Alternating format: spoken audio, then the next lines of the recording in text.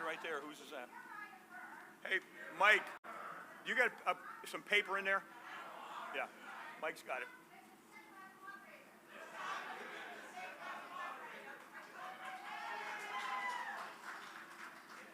All right, ladies and gentlemen, please come on up on stage alphabetically.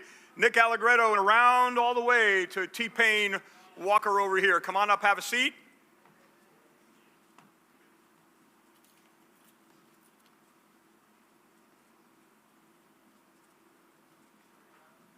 It'd be better if you came up on this side over here, gentlemen. I mean, you're right over there.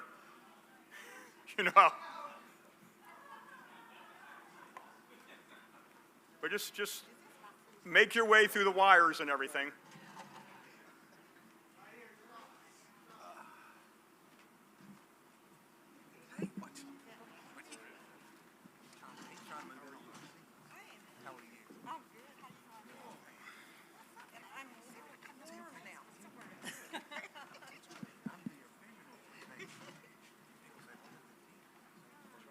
Kathy and Sabu, why don't you come out here? Heather in the vicinity. Looks like everyone is just about seated, but in this case, Brad and Debbie know to stand, because I'm going to ask everyone right now to stand. I want to welcome you on behalf of the Chamber of Commerce and the NAACP. We're going to start off today's forum with an invocation from Kathy Johnson, representing the NAACP, and I'm going to ask you to remain standing for the Pledge of Allegiance from Vince Mayfield. Kathy Johnson from the NAACP with our invocation. Let's bow our heads for a word of prayer. Dear God, thank you so very much for blessing us with this beautiful day. Blessing us, Lord God, to be able to come together as one body of servants, ready to serve your people and do the work that you require of all of us. Dear God, thank you so very much for every blessing that you bestow upon us as well as our families. Lord, bless our nation, bless the world. Bless all of your children, Lord God. Protect us from all things, Lord God, and just continue to be who you are and help us be the best that we can be. Praise your name. Amen. Amen. Thank you, Kathy. Now, Vince Mayfield, from the owner of Bit Wizards, to lead us in the Pledge of Allegiance.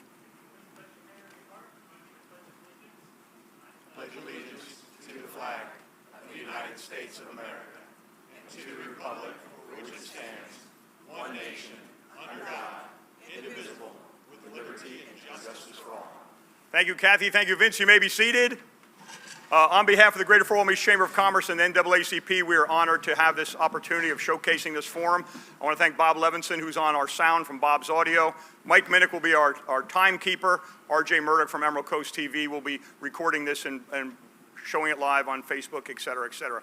I want to start off now, if I could, with a welcome, the official welcome from the Greater Fort Walton Beach Chamber of Commerce. It's our 2021 chair from the Destin Commons, Heather Ruiz. Heather?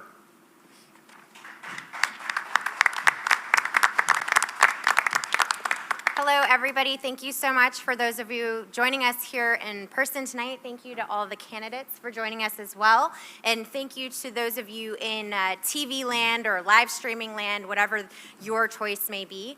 The Greater Fort Walton Beach Chamber of Commerce is a community development organization that advocates on behalf of businesses in Okaloosa County, creating greater opportunities for all. This is one of the reasons why our board of directors decided that tonight was going to be very important. We have 3 seats available with 12 candidates here. Voting on March 9th or beforehand and pre-voting is very important. So thank you all for your time and your interest in making our community a better place. Thank you, Heather Reeves, on behalf of the Greater Fort Walton Beach Chamber of Commerce. And now Sabu Williams, representing the NAACP. We're very honored to be co-hosting of that. Sabu Williams.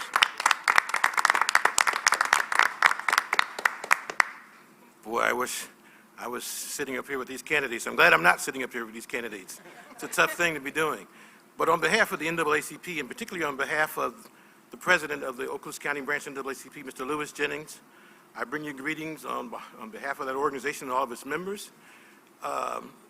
Sometimes people say, how in the world is the NAACP and the Chamber of Commerce working together on anything? We're usually opposite on a lot of things, but that's not the case. When it's local, we're all concerned about the same thing, and that is that we have the best community that anybody can, I won't say that money can buy, but that people can run or people can be a part of. And that's why we're here, because we think voting for the best candidate is going to make this one of the best communities. And I'm sure that the Chamber of Commerce and the NAACP have that same goal in mind. And so we're here to listen just as you are, to make informed decisions just as you will, and to do our best to make sure that this city is the best city in the state of Florida and in America. God bless you. Keep you.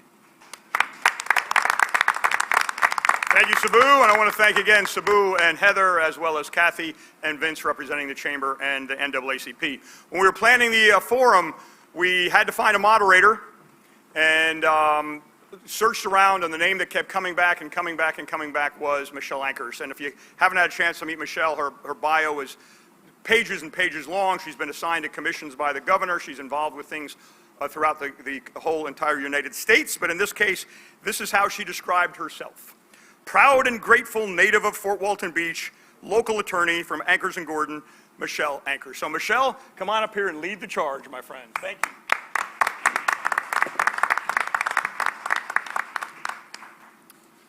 Thank you. As the moderator of this forum, I have the privilege and the challenge of facilitating a discussion with 12 candidates, a close to unprecedented number. I accept that challenge because each of you, as candidates, cared enough about your community to have the courage to run, which inherently means that you also have the courage to lose, and I admire that. I accepted this challenge also because of you who are listening or watching. You care enough about your community to listen and to vote. So with that backdrop in mind, know that I will make every effort to be fair and reasonable, but it is highly unlikely that you may think that at the end of this evening. You may think you were the one and the only one not treated fairly. Let me just go ahead and apologize in advance for that inevitability. We will have some imperfections in this process, but we will also have some fun. And most importantly, we will give the citizens of Fort Walton Beach the opportunity to learn more about who you are. To accomplish that, I ask again your commitment to what I'm calling the ABCs of this forum. A is for the answer. Answer the question asked, not the question you wish I asked. As a judge, as a lawyer, I have to do that all the time with judges, and this is my only chance to get to subject someone else to that same problem. So that is A. B is for everybody's favorite word in the audience, brevity. For the love of your city, for the love of God, please abide by that time limit. And C in the ABCs of this debate is courtesy. We are known as a hospitality town, so please show that you've got that quality. If you can't abide by these ABCs, then I will consider you a winner, at least for this event. I did a little math, not my strong suit, right before this, to try to figure out what we could accomplish in the time that we have when we will end by no later than 8 o'clock. But don't let that scare you. You can go get your Red Bull out in the audience or your popcorn if you need it. Those of you at home can have something stronger to help you endure this.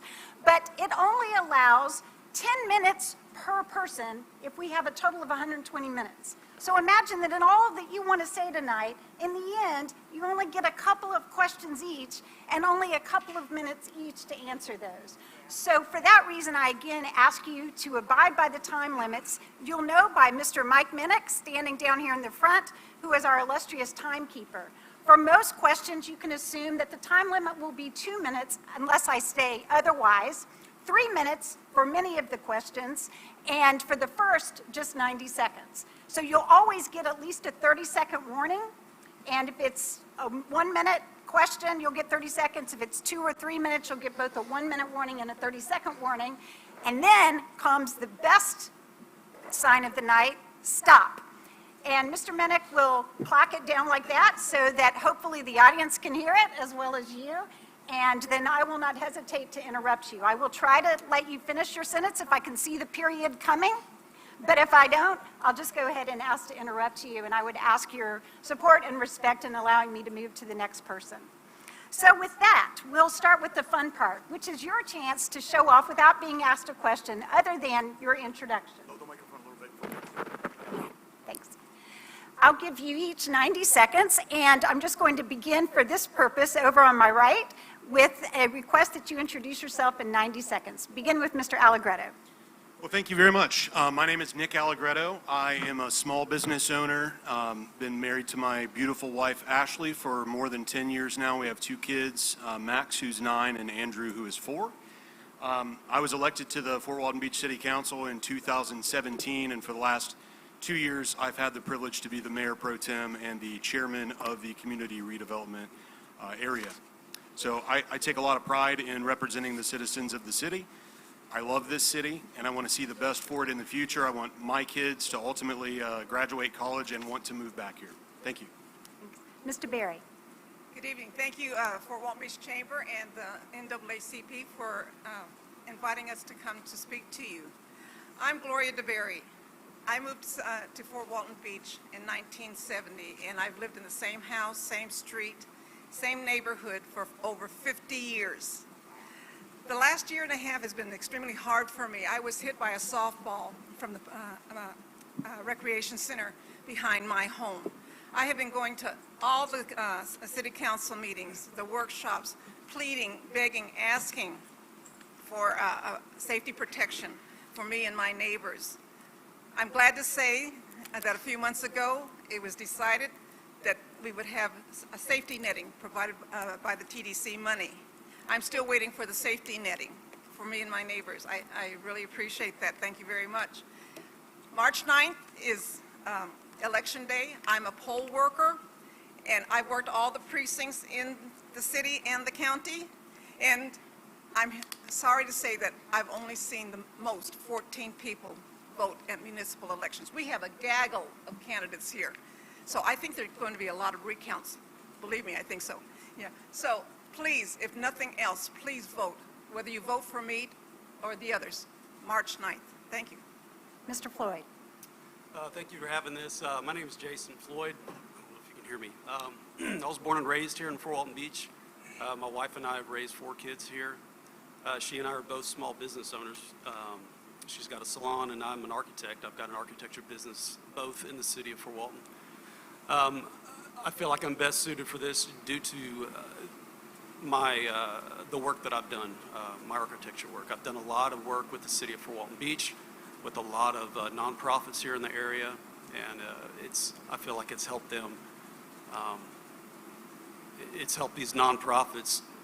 It's helped their outreach and affect and get to more community folks.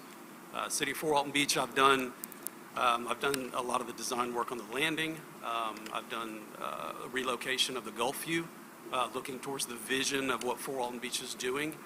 The siting of that building, I think, is very important. Bud and Dory Day Trail and One Hopeful Place. I was a part of both phases of the design for that. So I feel like I'm unique in that I'm truly invested in the city based off of the type of work I do and the people I serve. So thank you for having me. Mr. Murphy. Hi, I'm Sean Murphy. Thanks for having us. I grew up in Fort Walton Beach. My dad flew F-4s at Eglin Air Force Base. Hi, Mom. My mom's right there, Carol Murphy. She was a nurse when I was growing up, and now she's a therapist and kind of an all-around Fort Walton Beach queen. I went to Kenwood, Pryor, Choctaw, a little bit of OWJC, and left 1987 to pursue dreams as an artist. I went to school in Boston, started my photography career in Honolulu and then San Francisco, and moved down south, Southern California to Los Angeles, where I spent the last 26 years as an advertising photographer. I'm still an advertising photographer. My kids, my 3 sons, were raised in Los Angeles. They graduated high school, and my wife, Rafi, and I, hi Rafi, she and I saw some neat things happening here a few years ago.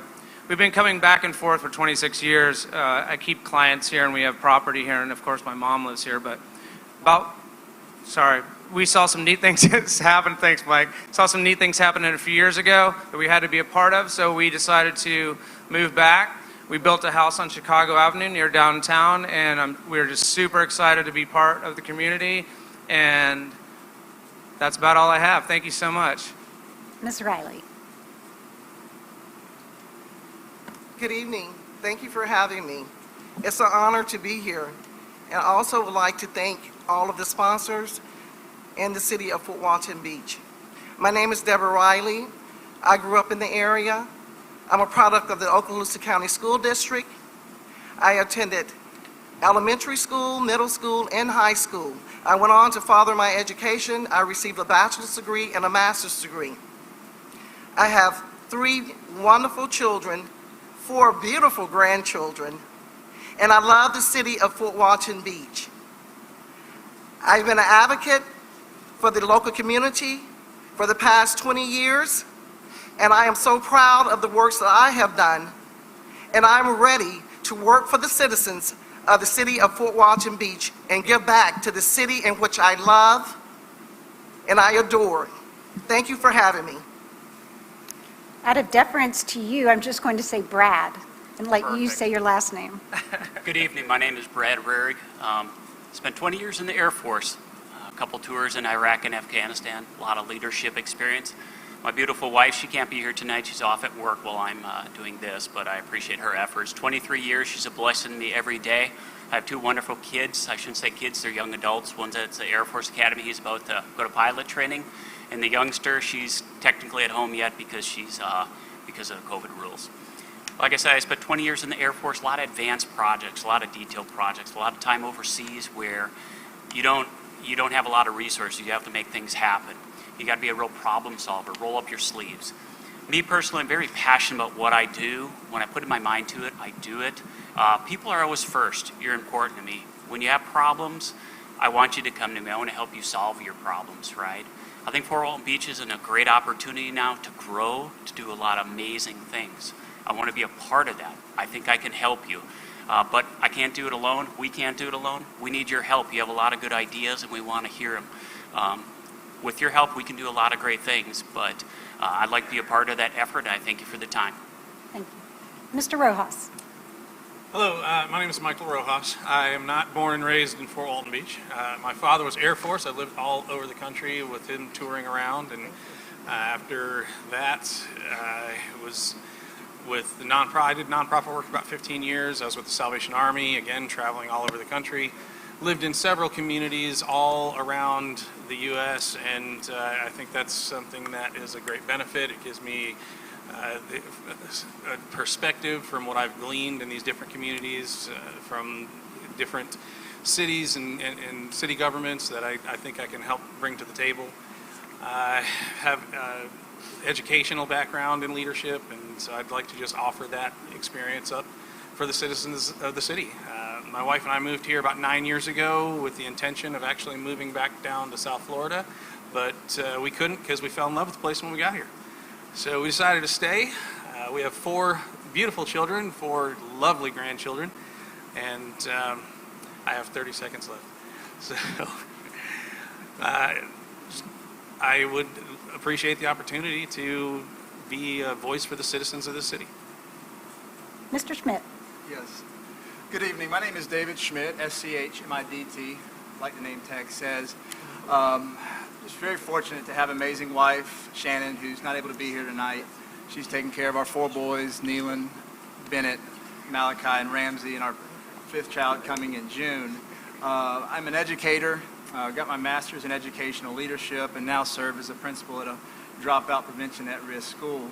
And working alongside staff and other stakeholders and other council, this past 4 years, one of my most proud opportunities is working with those different stakeholders to enhance our educational services, including Liza Jackson and the stakeholders working with the Montessori school and our staff currently working out hopefully a negotiation, a lease with our friends next door to the Science Center. So very passionate about education and the additional resources that our school district is getting. Very excited about our educational opportunities that are heading in a lot of needed directions, and our friends over there in the Commerce Technology Park that are adding some educational enhancements for our higher skilled jobs and things that are going on inside of all over the spectrum of education.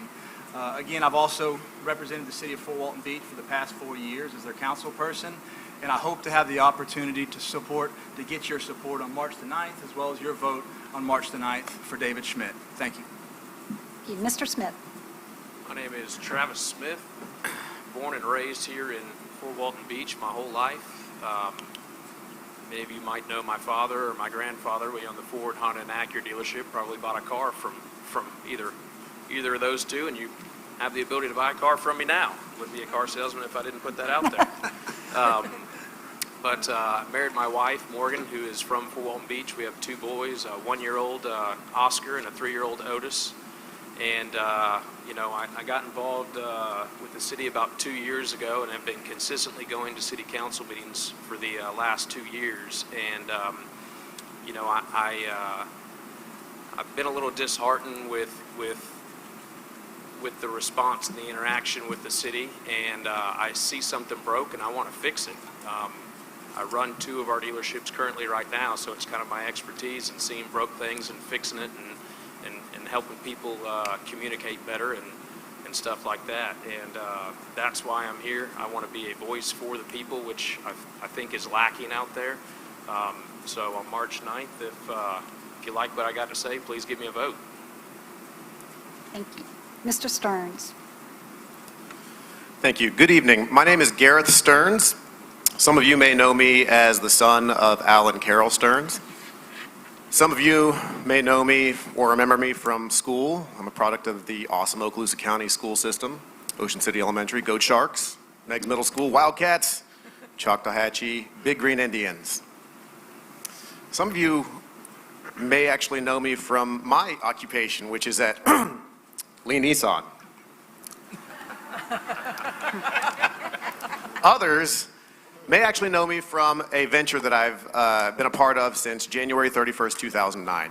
I created a Facebook group called Fort Walton Beach, What We Did on that day 12 years ago, as a means of really wanting to see pictures and images and share memories of the area much further back than when I could remember. And at the time, these things did not exist on the internet.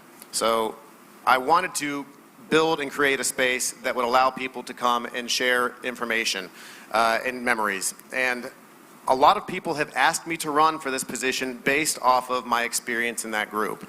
And I'm taking that to heart. I'm listening to them. I really do love my town. I know that people, that everyone here also agrees they wouldn't be running otherwise. My campaign slogan is, I love this town, and let there be no doubt. Please vote for me on March 9th. Thank you. Ms. Vazquez. Good evening, everyone. My name is Sonya Vazquez. I've been living in Fort Walton Beach for 17 years. A lot of you might know me from my Speak Justice organization. I'm CEO and founder of that. That organization speaks unity, humanity, and justice. I've been living here for 17 years, and I absolutely love it here. So compared to where I come from, North Carolina, the crime rate is good compared to where I come from. So that's a plus for here. We don't have some of the issues that other people have. So I'm just here to make great changes, solve issues. I talked to so many people. I've been involved in the community. I heard their cries. It's just so many things that we need to work on, and just get out and vote. March the 1st through the 5th is early voting. March 9th is election day, and we're stronger together. Your vote will matter, so just get out and vote on March 9th. Thank you. Mr. Walker. Thank you. Payne Walker. I am a proud father of 2, a veteran of the Air Force. I served overseas prior to coming here to Hurlburt in 1991. I've been involved in real estate since 95. I started following Fort Walton Beach City Council politics over the fire assessment fee, and I've been following it ever since and trying to be an advocate for the will of the people, the voice of the people, and have some, looking forward to getting some reception from the new Fort Walton Beach City Council. Thank you all for a good start. The questions that I will ask tonight have primarily been formulated by me, with a little bit of input from people that I've heard about from around town on all sides of the issues.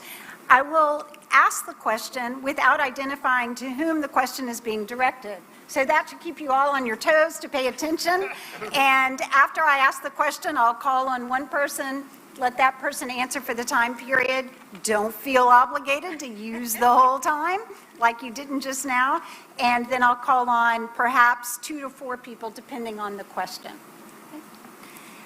And occasionally, and particularly with the first question, I will give the Northwest Florida Daily News reporter, Tom McLaughlin, who's covering this evening, the opportunity to ask a follow-up if he gives me the high sign. Thanks. So their first question tonight is what many would call the biggest, fattest elephant in the room. It will be a 3-minute answer, and you could almost all guess if I ask you to, but I'm not going to ask for everyone to answer in unison. It's about the fire services assessment.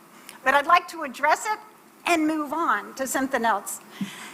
Data shows that the city's firefighters' starting pay and benefits are less attractive than many fire departments in this area, which adversely affects recruitment and retention. How should the city address this concern, and how should fire protection services be funded if not through the fire assessment? I'm going to begin this one with Mr. David Schmidt. Absolutely. When I first got on in 2017, I opposed the fire assessment proposal once I heard it had the opportunity to assess churches and schools. I couldn't really get on board with anything after that once I heard there was an opportunity that the ordinance could assess churches and schools. Currently, the resolution sets the rates. The city is not assessing churches and schools, but with the ordinance that we have on the books with the fire assessment fee passing, again, there's an opportunity where schools and churches can be assessed. So because of that, I could not support the fire fee. I believe there was another question in there about how do we fund those services. To answer that question, we have to properly receive the information, and that starts with cost as well as some technical proposals as well. But we need to see proposals. We need to see how different programs are running to answer that question properly about how we're going to fund those things. Yeah, that's my response. Mr. Schmidt, if I could ask you a follow-up, when you say you need to see proposals, can you elaborate on what you mean by that? Yeah, cost, different programs, internal programs, things that need to be evaluated like every organization every 5 years. See, not necessarily needing to do it every certain 5 years, but whenever business people, residents are asking for proposals for different services, requesting information, getting that information, vetting through that cost information, I think is good for the taxpayers, good for the businesses, as well as good for those services that are being provided so they continue to perform at a high level. So last question for you on that is, if it's not through the fee itself, though, what would be the alternative source of funding for those fire services, regardless of the level of service provided? Yeah, through the general revenue, through utility revenue, there's different ways that the budget is funded. Again, we would need to look at proposals, compare cost, get some competition out there in the marketplace, find different things that can be consolidated, get that money and fund it other ways. I just can't support the opportunity of assessing churches and schools. Which is not the proposal that's on the table at this time. We're not doing that with respect to schools and churches. The resolution sets the rates, and currently the resolution is not assessing churches and schools. But there's an ordinance that is on the books that future governments, current governments, could set the resolutions, could set the rates to assess private schools, charter schools, and churches. Yes, ma'am. Thanks. Mr. Roehrig, same question. If you need me to repeat it, let me know. Yeah. So it comes down to hard questions, a lot of hard choices in government, right? So we know a lot of the fire tax, it wasn't popular. We understand. I was one of them as well. The money has to come from somewhere, right? So it's not popular, but there's only a few sources you can get it. You should never live off of funds provided by the states or grants. It's just bad practice, right? So you have to, like David said, you have to see if you can find it in the general fund. Other than that, through the fire tax, and the other only option, unfortunately, is going to be millage. So they've kept millage down for a number of years, so we got to give the city credit for that. So the money would come out of somewhere. And to be responsible, as we're elected officials to do, you have to find the money. And it would be a hard choice, but either something would have to be cut, or unfortunately, you'd have to take the route of looking at millage. To be very straightforward with that answer, those are the options that are available. And out of those options, Mr. Roehrig, which one would you choose? I'd like to work with the city and see if there's areas we can cut, because I don't want to tax people. I just don't like it. None of us like it. but unfortunately, there has to be hard decisions, right? So to be fair, since I gave everybody else a hard time, I'll give you one. If you're going to have to find a way to cut the services, would fire protection services be one of the categories you would cut? No. Just some level, maybe not completely, but at some level. Yes, ma'am. No, I just cannot in good conscience cut public safety. I just can't. Being in the military for a number of years, I'd send people into war, and we never sent them forward without the right equipment and to do a job. So these people come to our door, minutes, right? If you call the fire department, police, minutes. So we want to go ahead and cut their public safety. I just can't do it. I wouldn't vote ever for cutting that funding because they put their lives on the line for us every night. We owe them better. Thanks. Mr. Allegretto. Thank you. I appreciate the question.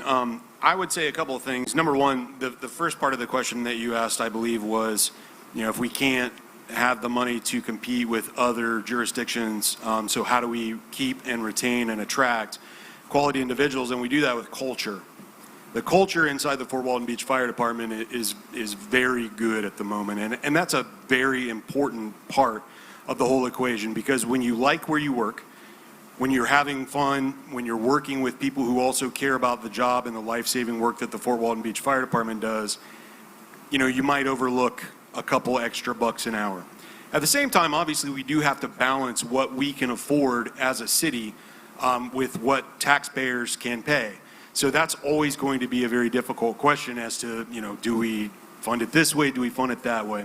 I think a lot of the thinking behind using a fire fee as a funding source for the fire department is that it's a stable and steady source of funding that department, whereas ad valorem taxes obviously can go up and down with the market in any given year. Mr. Roehrig, I believe Brad brought up earlier, and I think it's a good point as well, that our council for 2 years consecutively has lowered the millage rate in the city back to the rollback rate. So I think there always has to be a balance between one and the other. You can't just expect property owners, business owners to pay the brunt of all of the services that we need.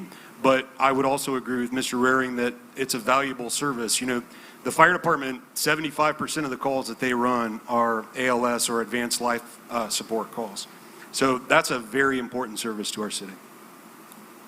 So in general, you support the fire assessment fee as it has been presented? I do. I supported there being a fire assessment fee as a means to fund the Fort Walton Beach Fire Department. I voted against the amount in which it was going to be funded for the past 2 years, just because I wanted more of a balance between those two funds. Thank you. So it seems that every little girl or every little boy always thinks about being one of two things first. They want to be a firefighter or they want to be a police officer, so frequently. So our second question will deal with police issues, since our first one dealt with firefighting. One issue that has dominated our society nationally is also relevant locally, and that is police reform. Do you feel that anything needs to be done regarding police reform? And if so, what do you recommend? And if not, why not? I'll begin with you, Mr. Murphy. Oh, thank you. My thoughts on police reform are this. I wasn't sure about our town. I had heard a lot of things from people. I live in a neighborhood where lately, or since we've moved in, I've dealt a lot with the police. They're there frequently, so I've got to meet a lot of the officers when they come over. We've helped them with security camera footage to help capture criminals in the area. I met with Chief Beige last week and got a tour of the police station. It was my impression when I left there. I was there for a lot longer than I thought it would be, and I was under the impression they were extremely happy with the forward motion in the last couple, 3 or 4 years. And when I left, I was extremely impressed. I can't, at this time, see any reason why there needs to be any big changes. My neighborhood seems to be very happy with the police. There are always a few people that are anti-cop, but my impression overall, since I've been back to town and been dealing with officers on a weekly basis, I think everything is looking pretty good. Thank you. Ms. Vazquez. Yes. Honestly, I think we have the best police department. I compare it to my home, and originally from Clinton, North Carolina, but I did a whole lot of, I went to college in Fayetteville and also went to Hawaii Pacific University as well. And compared to, like I was saying from the beginning, the crime rate is good here. So I would say that I wouldn't want to, I hear a lot of people say they want to defund the police. I think funding them would be a good thing for extra training. But as far as anything else, I think we have an outstanding police department. I see a whole lot of community involvement with our police department. So I think we should fund them, not defund them, for extra training. Extra training probably would help with everything that's going on in the world these days. Thank you. Ms. DeBerry, Yes. same question regarding police reform. Oh, this is a good one for me. I live on Martisa Road. A few years ago, there was a murder on our street. Bad drug deal gone bad, I think they called it. 3:30 in the morning, I heard pop, pop, pop. The person that was killed is living in a rental house.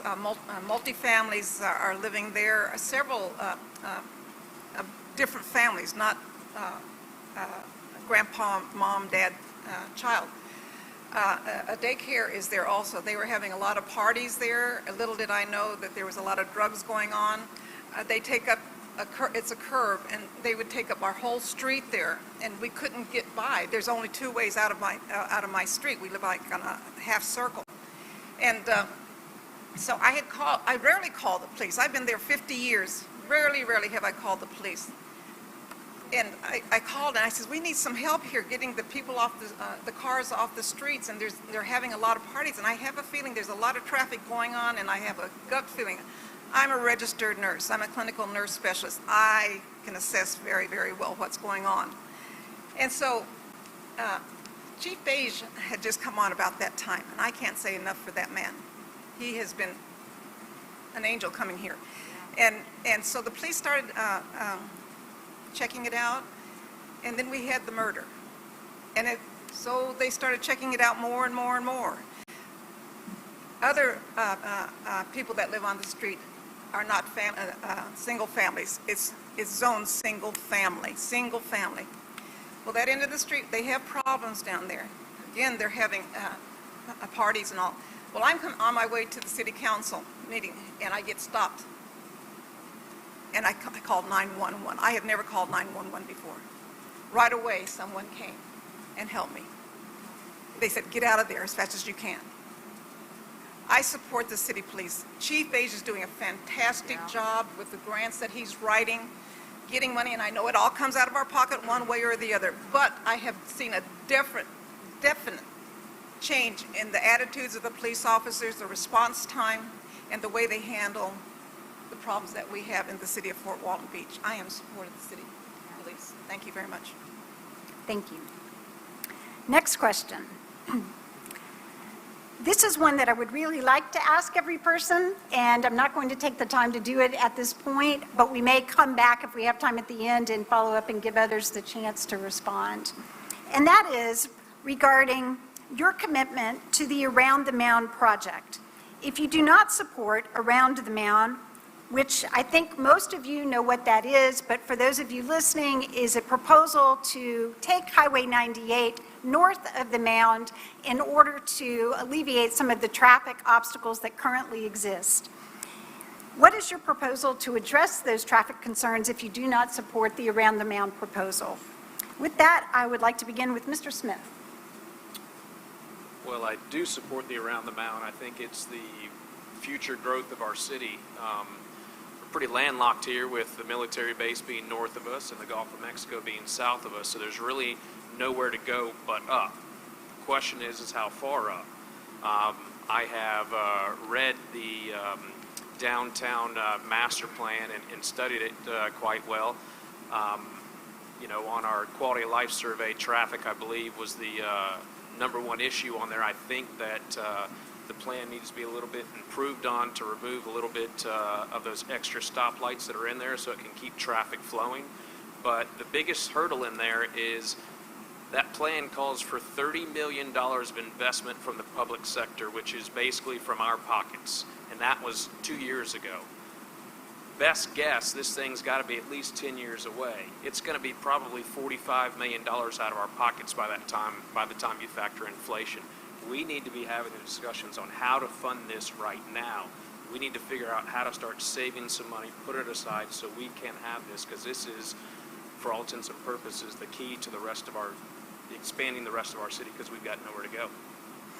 Mr. Smith, just to follow up on that $30 million estimate for the cost of that Around the Mound project, what sources of funding different from general revenue through taxation would you suggest as alternative funding sources?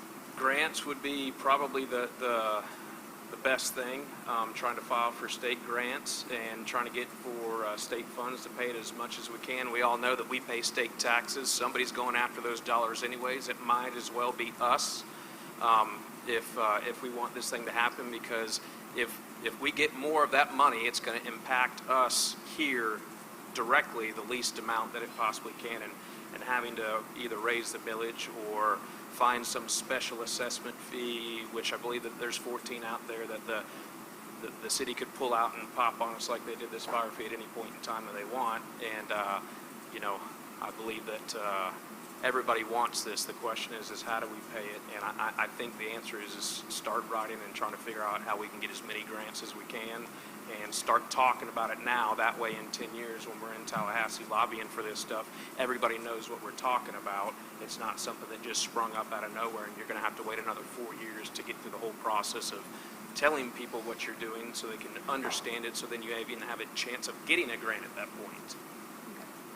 So just to make sure that I've followed yours, you support the Around the Mound, you support the funding from both taxes if necessary, but also alternative sources. Is that fair? Yes. Okay, thank you.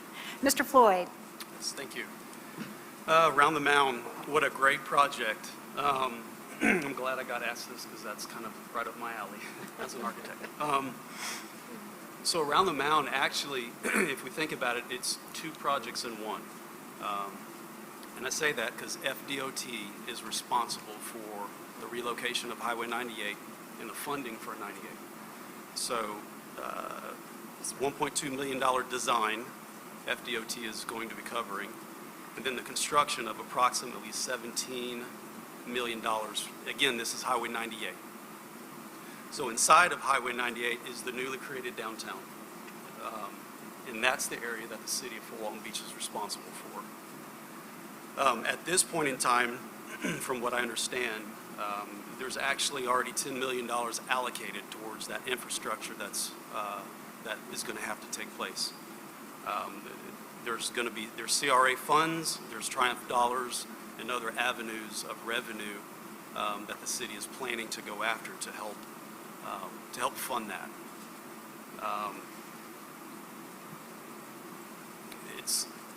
This whole Around the Mountain idea is really amazing if you really think about it. It's going to create a true destination for the city of Fort Walton Beach, and it's going to benefit all of us, our visitors, people that live here, the people that work here. And I look forward to getting involved with kind of what that direction is. How big do we want Around the Mountain?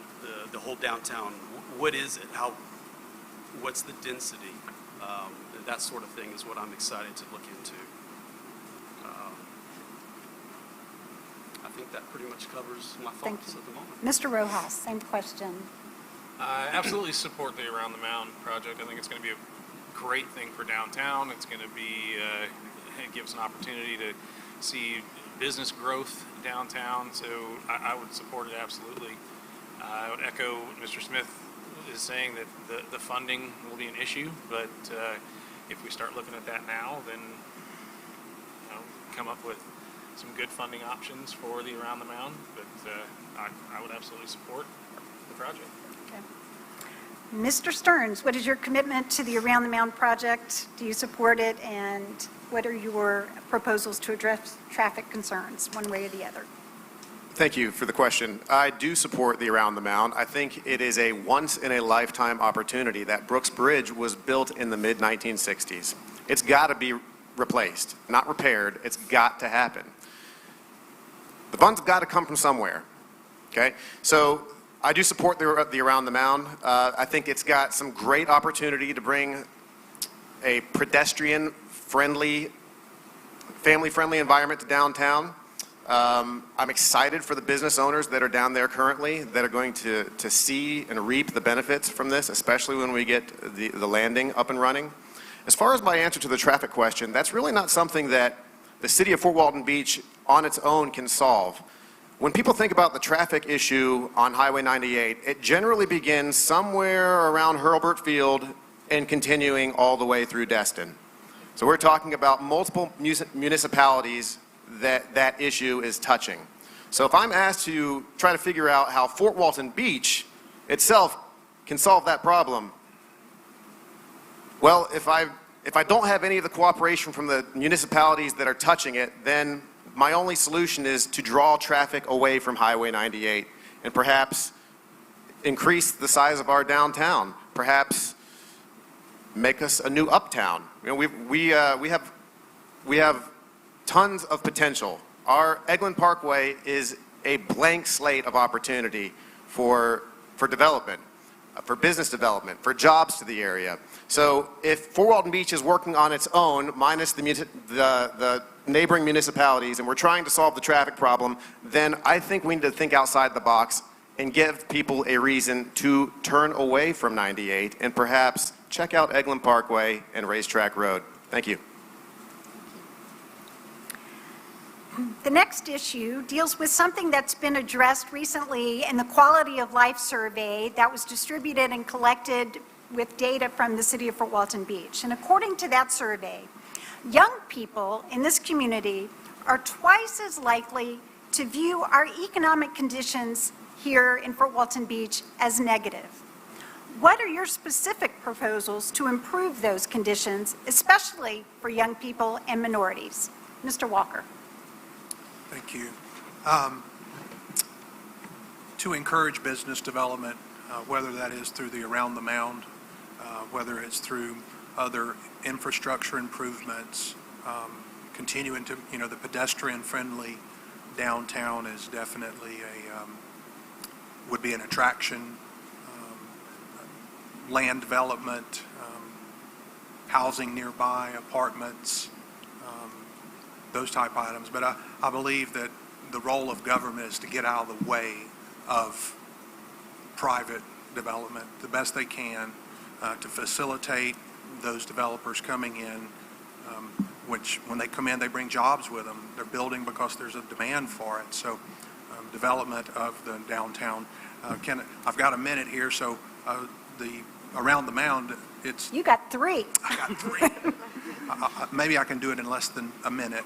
So the Around the Mound, it is something I look forward to. It is exciting to think of what that'll do to our area, but it's probably not the one I would have chosen. Gareth brought up a good point, and I think we all know that, it goes to Hurlburt. It does go to Destin. So, it's a pipe dream, and I know it probably won't happen, but maybe it'll happen in the next 25 or 50 years, but Hollywood, out the end of Hollywood. Let me interrupt you Sure. just to make sure that we're following up on asking what specific proposals you would have to help develop the economic productivity, particularly for young people and minorities. And if the Around the Mound proposal, because of the way that it in turn supports downtown development as a way, that might be a possibility, but that's what I want to focus on. I think it's an attractant. I think when a pedestrian community is available, it does attract people, it attracts jobs, it attracts opportunities. So I would have preferred to see Around the Mound go down Hollywood and have a bridge built out the end of there, out onto the island, and it would open up 98, get rid of the bridge. We could develop along this side and out on Okaloosa Island side. So I would like to see the pedestrian friendly, and that would be the specific development. So I'm going to ask the question now to Ms. Riley. Let me know if you need me to repeat it. Yes, ma'am. Could you repeat it? Yes. Young people are twice as likely to view the economic conditions in Fort Walton Beach as negative. What are your specific proposals to improve those conditions, especially for young people and minorities? Thank you so much for the question. Great question. Young people, it's really, in this day and time, it's their agenda. I think we need to work with young people because they have great initiatives. They need support. They need to build on relationships, not only amongst themselves, but also older people need to mentor them, give them mentorship, offer them a place to go, a place to learn, a place to live, a place to work, and know that they can make a difference, not only in their lives, but other people's lives. I think that we need to take our time, slow down, listen to young people. Their voices need to be heard. We need to get behind them. There are so many youth initiatives that the City of Fort Walton Beach offer. We need to come together and we need to support those initiatives. We need to start with young folks at an early age, getting them out there, letting them know it is important to build on your skills at an early age. Therefore, when you become an adult, you're able to learn to give back to your community. We have the Shoe Foundation, a wonderful, wonderful way for young folks to come in, build up their skills in science and technology, and to help them to go on and further their education and become productive citizens. And that should be the focus with the young folks in the City of Fort Walton Beach. We should wrap our arms around them, give them the support, encourage them. I look at the fire department, I look at the police department. There's no reason why we should not have a program to encourage young folks, minorities, encourage them, give them something to live and hope and dream for. They want to be a part of the American dream like all of us want to be a part of it. So we start a program. You start a program, you encourage minorities, all races of youth. Encourage them to understand the importance of policing, the importance of the fire department. These are first responders. These are well-respected fields. Let's groom our young folks. Let's groom them, let's help them, let's offer them programs where we can increase their skills and they can give back, not only to the community in which they live, but the community that they choose to go on and live their adult lives in. Thank you. Thank you. Mr. Schmidt. Yeah, absolutely. It starts with the culture at the home, and once it unpacks from the home, the culture of the marketplace. When the culture of the home and the culture of the marketplace are working together, great things can happen. Government will be responsible for providing some safety when needed. But if the home, dads being dads, moms being involved and being moms, mentoring, getting involved, we can continue to shift that paradigm that the Quality of Life Survey points out. I recently learned that we have a lot of elementary schools in our city that are on free and reduced lunch. So it starts at the home, it starts in the marketplace. Like Mr. Williams mentioned a little while ago, just the fact that in our town we have organizations like the Chamber of Commerce, NAACP, our police department, the marketplace, and the home. We're very fortunate to have a strong community. Specifically, some proposals to impact that. Some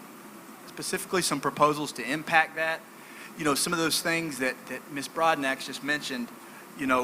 The Shoe Educational Foundation, Beast Code, Okaloosa Technical College, those trade skills that are happening is how we shift that low income, how we shift that culture of the home.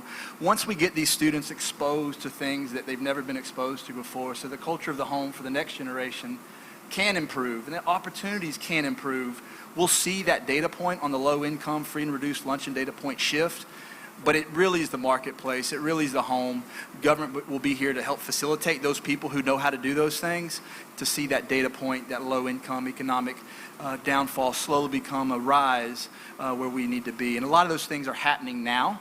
We're very fortunate those things are happening, and I'm looking forward to having the opportunity, hopefully after March 9th, to see 4 more years of that continuous growth in our education, the culture of our home, and the culture of the marketplace. Thank you. Mr. Roehrig, same question. Thank you. So that's an ironic question because I have that discussion with my daughter just about every day. So I think it's really important for the young people to bring them into the conversation. So I have this discussion with my daughter what to do. There's a lot of opportunities here for young business owners but there's also a lot of opportunity for minority business owners as well. I think we need to work some outreach programs. I have a couple in mind. What we'd like to do is reach beyond Fort Walton. We'd like to, first of all, we'd like to make sure that everyone knows nationally that Fort Walton Beach is a business-friendly community. Business is first. We take care of you. You're welcome. Minority business owners, you're welcome here. We want you to come here. We're going to support you. We're going to enable you to be successful. That's what this community does. As far as the youth, I think they need to be in the discussion because they don't think exactly like us. And it's hard sometimes for us to comprehend, but it's really important to understand from their perspective what they see and what they need in a community. Because my kids, I would like them to come back here. We've had this discussion before. The beach is nice, but what's after that?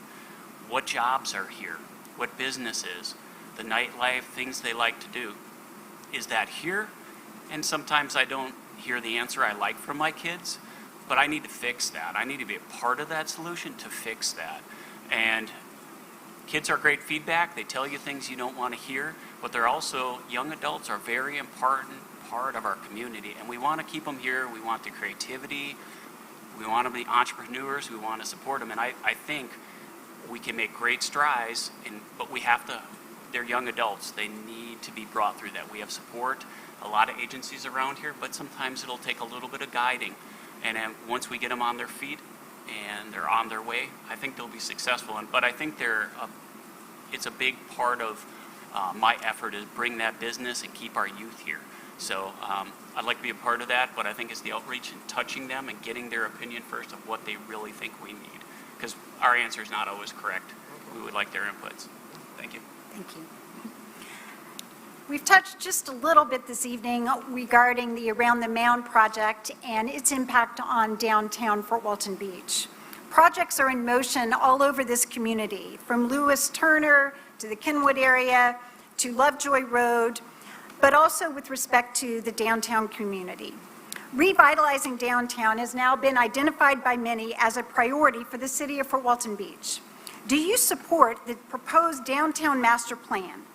Why or why not, and how would you fund it? Begin with you, Mr. Floyd. The downtown master plan?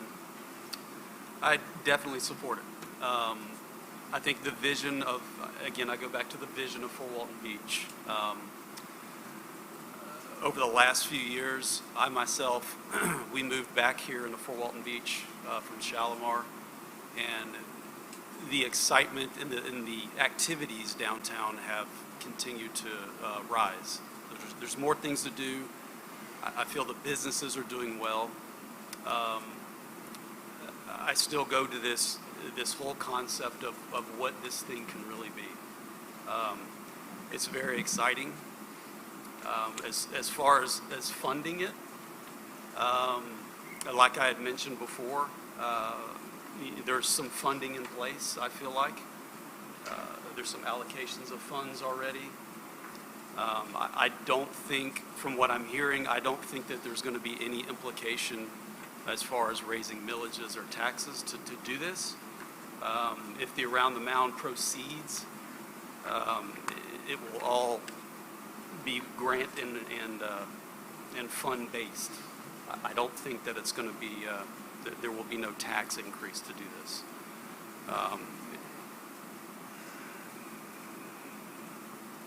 What was the other part of your question? I'm sorry. That probably covered it. Did I? I got it, okay.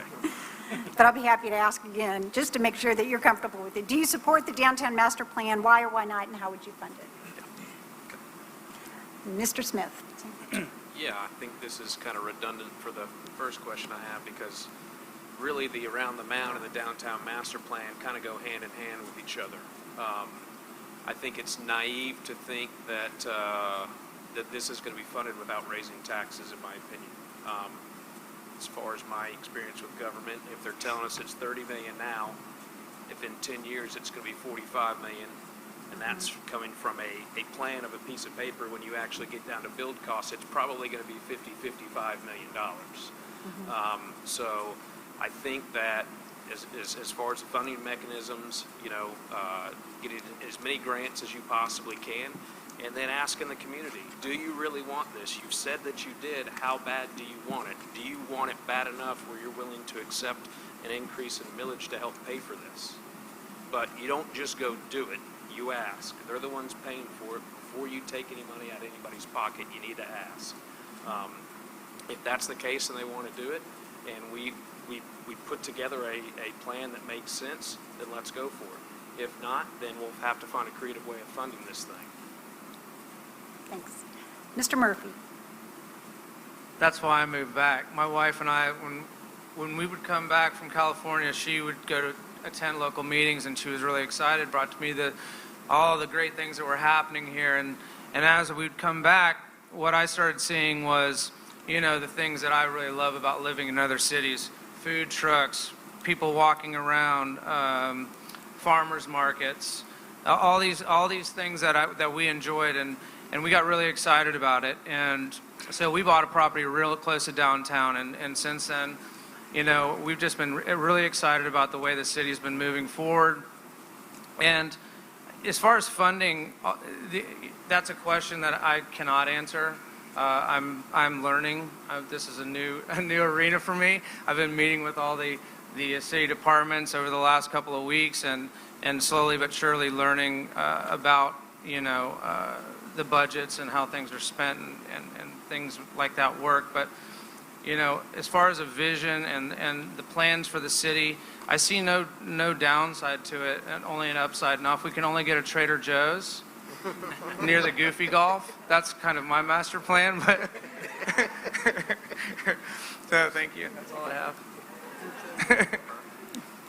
As the former attorney for Walmart, I'll say good luck. Mr. Allegretto, same question with respect to the downtown master plan. Sure. I am a very big proponent of the downtown master plan. I was on the council when we got that presented to the council, and obviously I voted in favor of it. There's obviously a lot still that will happen between we make a drawing, we pay some money for a consulting firm to come in and say, hey, wouldn't this be great? We get the input of the community, the stakeholders, the business owners that are downtown, and we say, wouldn't this be great? And they say, yes, this would. Here's how we can change that. That plan will continue to change and evolve over the next 10 years. But I think it's really important to separate the two things of Around the Mound and the downtown master plan. Around the Mound is a FDOT, Florida Department of Transportation, funded study roadway that, because of our city leaders, especially the Fort Walton Beach Chamber of Commerce and Mr. Ted Corcoran, were able to get moved from FDOT's not even on our radar list all the way up to number 4 on our future projects list. That's what happens when the community comes together because we want something. We all don't want to sit in traffic in downtown for 2 hours because we're trying to go east to take, grandma to the beach on that day. The Brooks Bridge will fix some of that. The other side of it, the east side of it, how it passes over Santa Rosa Boulevard will be a great thing for traffic and clearing that up, but it's not enough. In our side of the bridge, obviously, there will still be some of those issues. So that's why we're trying hard on City Council and as community leaders to try to push FDOT to get this plan pushed up as far as possible. As far as what happens inside that Around the Mound and the downtown master plan, I think it's a great start and I think it's a great plan. If you don't have a plan, obviously you just kind of wing it and see what happens from there. But I don't think that's what anyone wants. I think when we show this plan to people, they're very excited about it. They see it as a place that not only they can go and have dinner and drinks, maybe go see a movie, a lot of different things, but they could also work downtown. They could also live downtown. And that's all part of the vision that the citizens have given to us. When we asked 625 people in that study, 87% said it was either very important or somewhat important to revitalize downtown Fort Walton Beach. So that's what they want, and I think that we could deliver that to the residents over the next 10 or 20 years. Thank you. The next question deals with an issue that has begun to make its head known, and that is the subject of annexation into the city of Fort Walton Beach of parts of the greater community that may be located in the county or elsewhere. My question is whether you support, as a proposed candidate, the annexation of certain neighborhoods, particularly Sylvania Heights and Lovejoy, into the city of Fort Walton Beach. Yes or no, and why? Mr. Stearns. Thank you for the question. Annexation is a word that kind of scares people off sometimes. It's absolutely necessary in the case of Fort Walton Beach, however. If you look at the actual borders of the city of Fort Walton Beach, they're actually pretty porous and quite confusing. Many of the people that actually have a postal address of Fort Walton Beach don't actually live within the city limits. Those who live in Okaloosa Island, those who live in Cinco Bayou, and those who live in unincorporated Ocean City right. Now there's some historical reasons why the city borders were laid out the way they were. We'll save that for another question or another day. But the fact of the matter is they are what they are. And it's an impediment to a lot of things, particularly growth and beautification. I am a big proponent of annexation. I'm a big proponent of doing whatever we can to better the message by the city to articulate the benefits of joining the city. With respect to the neighborhoods that you mentioned, that's a tough one because I would love to have them, those particular neighborhoods, annexed into the city. Some people might not, though. And the reason being is because those are oftentimes low-income neighborhoods, and the taxes that would be the result from those, the property taxes probably wouldn't be the greatest benefit to the city. That being said, it's going to benefit us all if we can coalesce and come up with a way for us to move forward. If the annexation doesn't work, we need to figure out a way to move forward for the betterment of all of these municipalities. Racetrack Road needs a lot of improvement, okay? I said it earlier, we've got lots of opportunities for improvement, and Racetrack Road is a blank slate. The problem is it's not anyone in the city of Fort Walton Beach's concern. Everything has a postal address there for Fort Walton Beach, but the majority of the addresses are county. And it's a little finger of land of the county, and it's really not the concern of anyone sitting up in Crestview. I've discovered whose responsibility is it to mow the grass in the medians these days, or to plant flowers, or to otherwise beautify this part of town and build into an overall theme for the city. Until we do that, until we annex or figure out some other way to shade all of those areas into a similar color where we can all call ourselves Fort Waltonites legally, until that day happens, then we've got a lot of work to do. The first plank of my campaign is unite. I plan to meet with the city leaders and decision makers and movers and shakers of all of these unincorporated municipalities to figure out a way that we could work together to make our area greater, both tomorrow and 10 years from now. Thank you very much. Ms. Riley.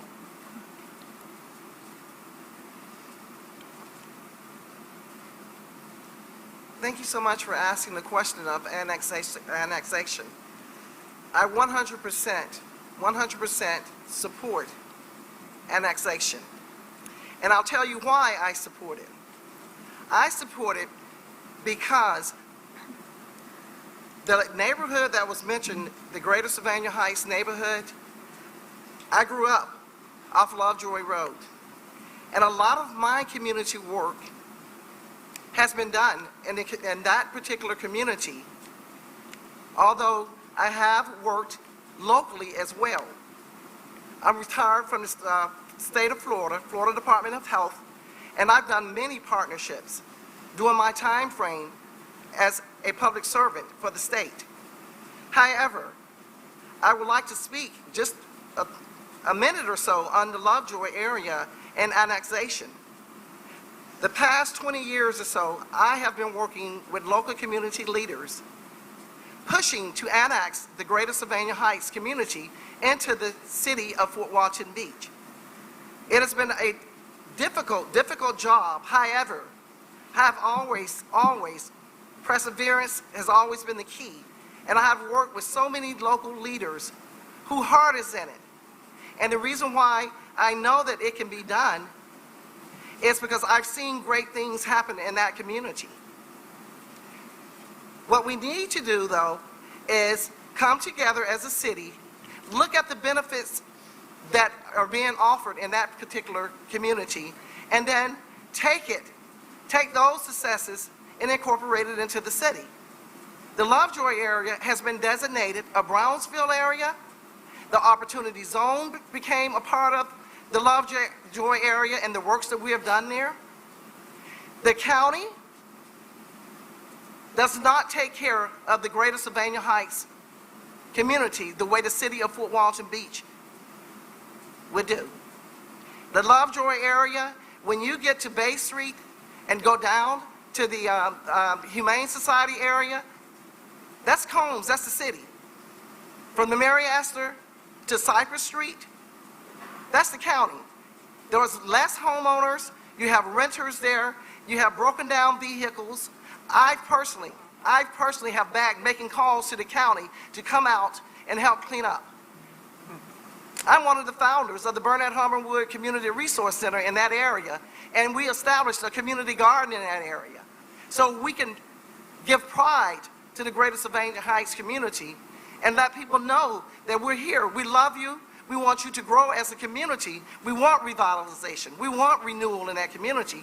However, you must annex into the city to get better benefits, a better quality of life, and be able to enjoy the American dream again.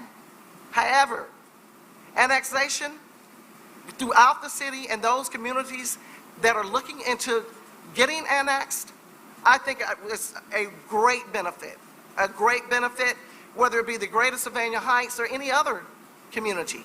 Thank you, Ms. Riley. Thank you. Same question, Mr. Walker. Well, it's obviously up to those independent, those neighborhoods, those communities. That would be their choice to come in. I'm not a fan of annexing in myself. At this point, anyway, if I'm that community and I'm looking at coming into Fort Walton Beach, I'd say, what am I going to get for it? I've asked that question a number of times. I love Fort Walton Beach, and Gareth was talking about it, and others do as well. They don't know where the city line is and where the county line is. I think that's a good thing. The cost of living in the city based on our millage rate, we pay county taxes as a base. All of us, all city residents pay the county rate. On top of that is the city rate. The city budget has gone from $38 million in 2016 to $50 million this year. And so if I was one of those neighboring communities wanting to come in to consider annexing into the city, I'd be asking, what do I get for the additional money that it's going to cost me, and why can't I get it in the county? I know it's something small, but with that fire assessment fee coming in on our utility bill, I believe now that our water and trash bill is twice the amount of what it is in the county, and we get it half as often. The cost of the fire department here, I know that was an early question you had there. I looked at it early on because the fire fee was of interest to me, and I looked at the Ocean City Wright cost of the number of employees there and their budget, and I looked at Fort Walton Beach cities and their budget versus the number of employees, and it's very, very expensive. I've been told that it's a part of the pension plan, that the fire department's on a different pension plan here. I know it's very expensive fire department, so I think we need to look at some options. I'd love for everybody to want to be in the city. I'd love it. I love it. My office is downtown. My home is downtown. I love this city, but it's expensive. And we had some costs passed on to us in 2019 that we weren't notified of in advance. And a tax was called a fee. And then $2.5 million, in the tune of $2.5 million goes into the fire department fund.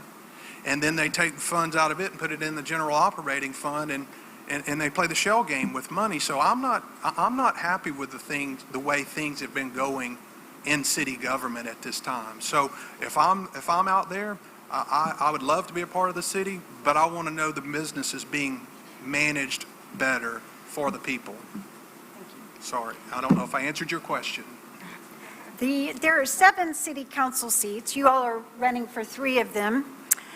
But in all of those seats, there is not one that represents any particular geographic area. You really serve at large. Do you believe that we should consider moving to a system that ensures representation from all parts of the city? How do you intend to communicate with all parts of the city, given that you are responsible for such a wide number of people and not designated any specific territory? I'll begin with you, Mr. Rojas.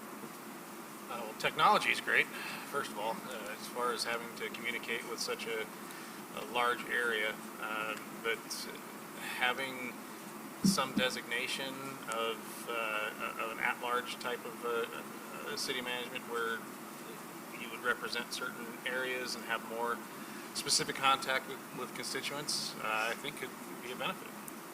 So you would support moving to a system where you would be running in a certain geographic territory, is that right?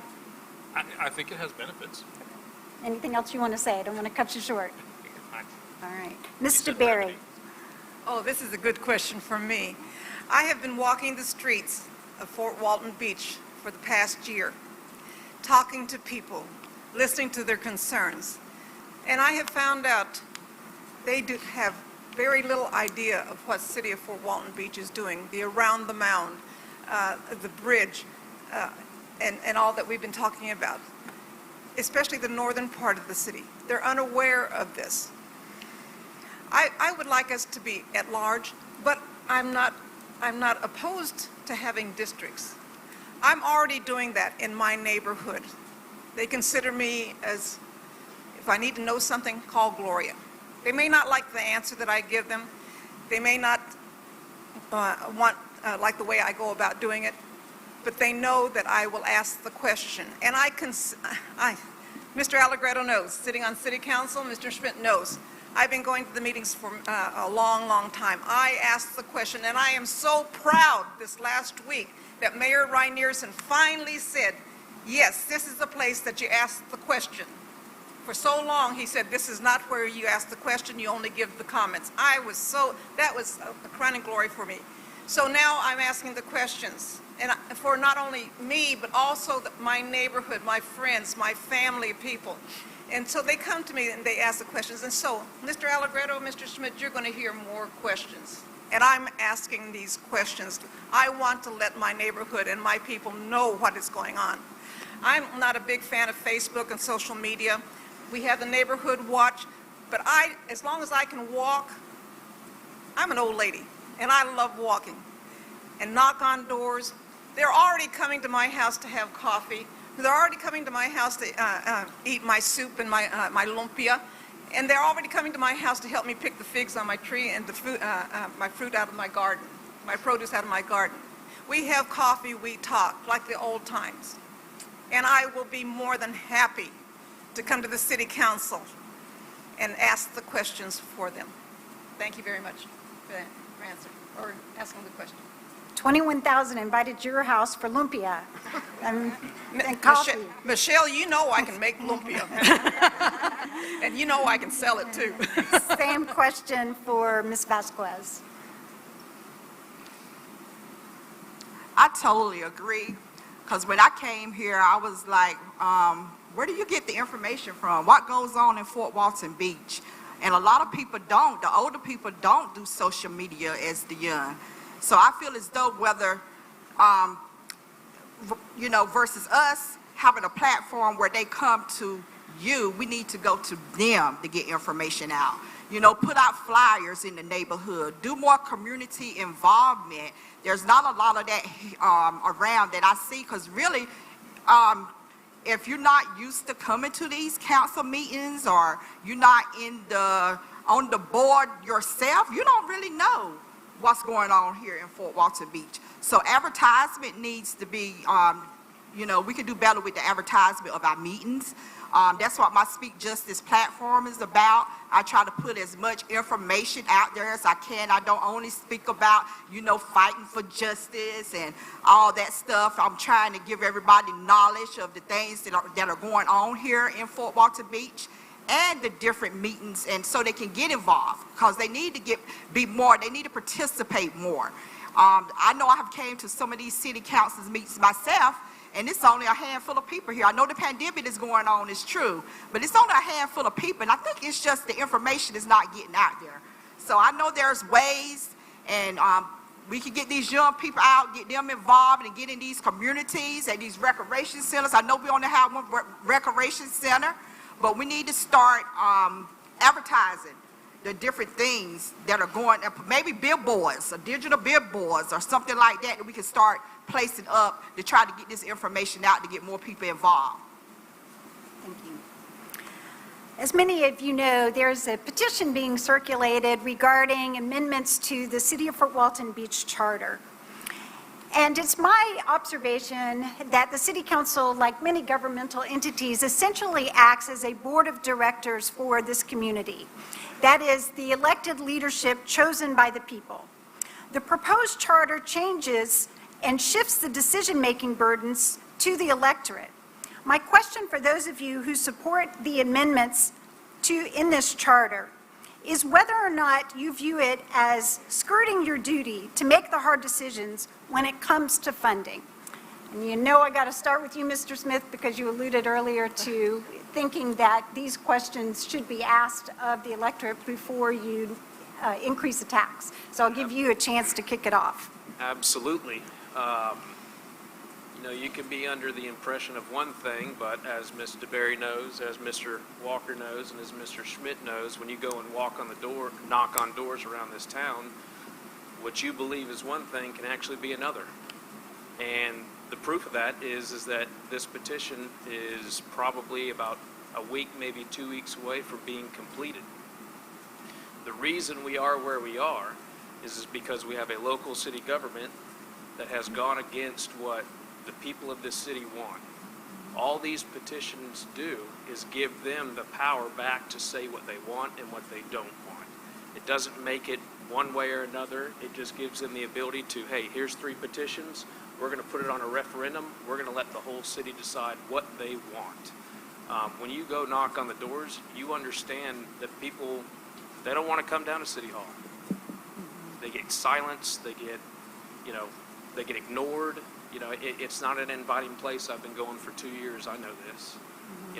That's why I've been part of this. I've been trying to do whatever I can because of everybody that I talk to feels like they've been silenced and they don't have a voice, to help give them a voice. It's the only reason I'm sitting here. I got a lot of better things to do than probably be sitting up here. I got 2 businesses I run. I got a wife. I got a 1-year-old. I got a 3-year-old at home. But when I see something like this, I'm a principled person, and I feel like it's something that I can help fix. And it gives the power back to the people who the council represents. But the council, in my opinion, is not representing them, which has led us to where we are now. So all these petitions do is give the power back to the people. Thank you. Mr. Schmidt. Yeah, absolutely. I hate I missed all the downtown master plan conversations and the changing the at-large or district voting, but very similar to the process that you're very familiar with, our chamber's very familiar with, on how the referendum was laid out with the school tax. The information was out there. There was a lot of committees going out to the different schools. Thank you to the chamber and yourself that got the information out there, and then the voice was on a referendum. I support the process that includes, and I think the question you mentioned about, do you support the amendments? Just to be clear, I support the process of putting something on a referendum, getting information out there so that the voter can weigh those options and cast a vote. And anytime we start taking that process away more and more, it really can be a concern. So I support the petition process we have arguably the greatest place in the world, greatest state, greatest city, and the greatest part of the city right here where we're at. There is a process in place through a petition where we can get something on the ballot. The people can get something on the ballot. And whether I agree or disagree with the content of the proposed referendum, it's amazing that people can get involved and put something and task Paul Lux's office, the supervisor of elections, to put something on a ballot that the people get to decide.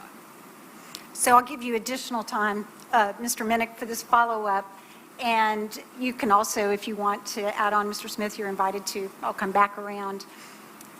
presuming that you support the process, understood, do you actually support the amendments themselves?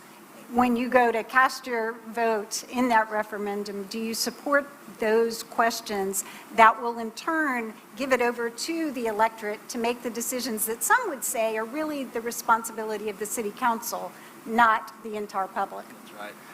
The process is something I completely support. You know, I want the power to be in the referendum. And however that vote goes, the school tax passes, whether I'm for it or against it, it passed.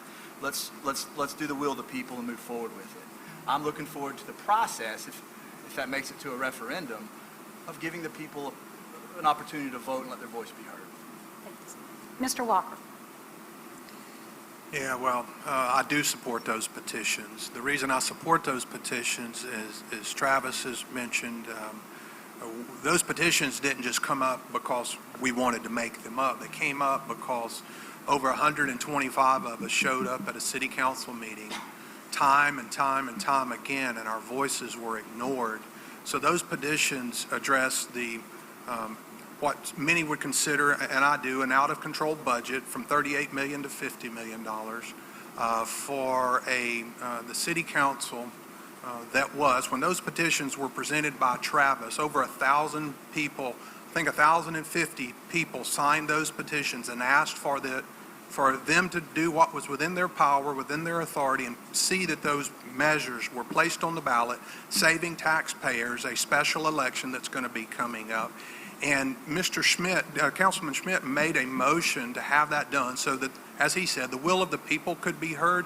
And there were 6 other city council members up there, sat up there with their arms crossed and would not give them a second to that motion. There was no discussion. I find it absolutely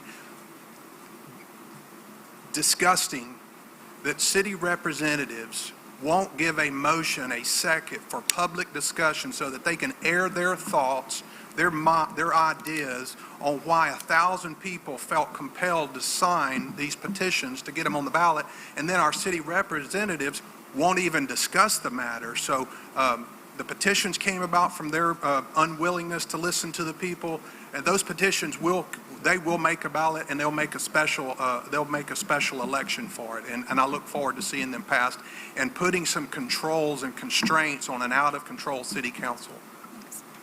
Mr. Berry. Yes, I agree with the 3 petitions that we are passing door to door. Mr. Nic and I had a good discussion about that. The fire assessment fee was out of control. We got bamboozled. We were hoodwinked on that. I would like it to go through much like the half-cent sales tax did that you supported. Let the people vote. Let them decide. I look at the fire department and the fire chief and his spending. He recently had approved $340,000 for respirator equipment, 10 at one time, from Stryker. I was a sales rep for Stryker. I'm a retired nurse. I'm a retired clinical nurse specialist. I have worked all over the world as volunteer and as a consultant. You don't buy 10 at one time. He could have written, of course the money's going to come out of someone's taxes, someone's pockets. He could have written a grant for the same thing. But you don't buy 10 at one time. You stagger it out. And then we find out that a lot of the money that this fire assessment fee was going to go for didn't even go to the fire department. It was going to go to something else. Then this next part, I want a fiscally responsible budget. I want transparency. I want to know where this money is going and why. And why has our taxes increased so much? Why has the budget increased so much? What is their idea of around the mound? What do they want to do? I have an idea, and this was brought up a while back in the paper, where the mayor had written to the, correct me if I'm wrong, the superintendent of schools, wanting to start negotiations for the Lowry property where the school board is located now. Is that what they want? They're letting downtown City Hall, the building, go to pot. Someone said, well, it's not any good. It has asbestos. It has this. Well, I had asbestos in my house. I got it cleaned up. If I didn't take care of my home and repair my repairs, my house would be falling apart also. Does the city staff and the city council want to move and build a city hall on the Lowry Place? I hope not. There's nothing in the charter that says that we owe the city staff a new home, especially if they don't take care of the home that they have. And as far as a compensation to the city officials, if I am elected to the city council, I opt out to any insurance, and I'll donate that first year, at least the first year, to my endowment at the college for the nursing scholarships. And that will help our people, our youth, have more jobs. Thank you. I promised Mr. Smith a follow-up as I gave it to Mr. Schmidt. Go ahead. Yeah, so I feel very proud to be a part of this process in talking to Paul Lux and putting this together. This is something that's never been done in the city of Fort Walton Beach's history. It's never had a successful citizen-led petition drive. And that should speak volumes to how the citizens feel here as to what decisions are being made. It's never been done before. It is a lot of work. It is a lot of work. But we're being extremely successful about it. As it relates to me individually, how I feel about the 3 petitions, I'm not for the fire fee. The fire fee is not a fire fee. $700,000 of the supposed $2 million the fire fee was going to generate was only going to the fire department. The rest of the money was going to other departments. So I don't believe that when you come in and you tax me, you should be able to tell me it's for one thing and then go spend the money somewhere else. I believe in being upfront. I believe in being honest. I believe in being transparent. I'm out on that deal. The next thing is the budget. The budget has increased, just like Mr. Walker said, 48%, I believe, since like 2014 or 15. If you look at the quality of life survey, I believe the number 3 item on the quality of life survey is government spending, fiscal responsibility. Our citizens care about it. I care about it. That is a huge jump in 5 or 6 years. As it relates to the benefit of the city council of getting a health insurance 100% paid for, it's not a full-time job. This is a volunteer deal. I don't believe I deserve better health care than the fire department or the police department, because that's essentially what you get. You get 100% medical benefit for you and your family to the tune of $30,000 a person. I sat in there, I helped lower the millage rate back in October.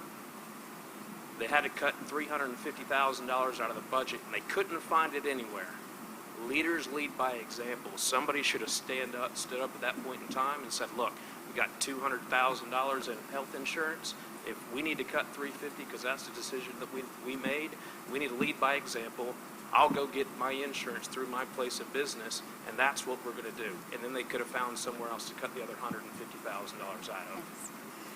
So turning it to those who may not support the same petition or the amendments in there, I'm going to give you the opportunity to say whether you do or whether you don't. And I'll ask that of you, Mr. Allegretto. It's a lot involved there, that's for sure. I do not support any 3 of those amendments. You know, I briefly read them when they came through. You know, obviously I've heard the objections from the group that's responsible for these. Of course, the government has to be accountable and transparent. The budget is posted on a website every single year for a very long time back. It's available for anyone to see at fwb.org. It's extremely transparent. It shows where all of the money goes, where it comes from, and what it's spent on.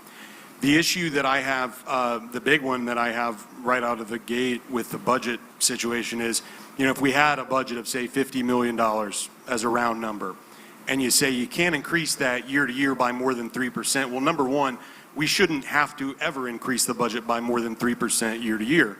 That's the ideal goal. However, when the city gets grants from the state or federal government, that money has to be accounted for. So say we get $10 million, $5 million in a grant. Is that more than 3% of the $50 million budget? So then what do we do with that money? Do we just tell firehouse subs, sorry, we don't want any money for our firefighters? There's a lot of F's there. Do we just tell the state, sorry, we didn't want that $2 million for help paving this road that you gave us a grant for? So, I mean, there's a lot of other issues that take it out of the representatives of the citizens' hands and then put it back to asking everybody to go to the polls again and let's have a vote because we want to know if we can accept this money from the state.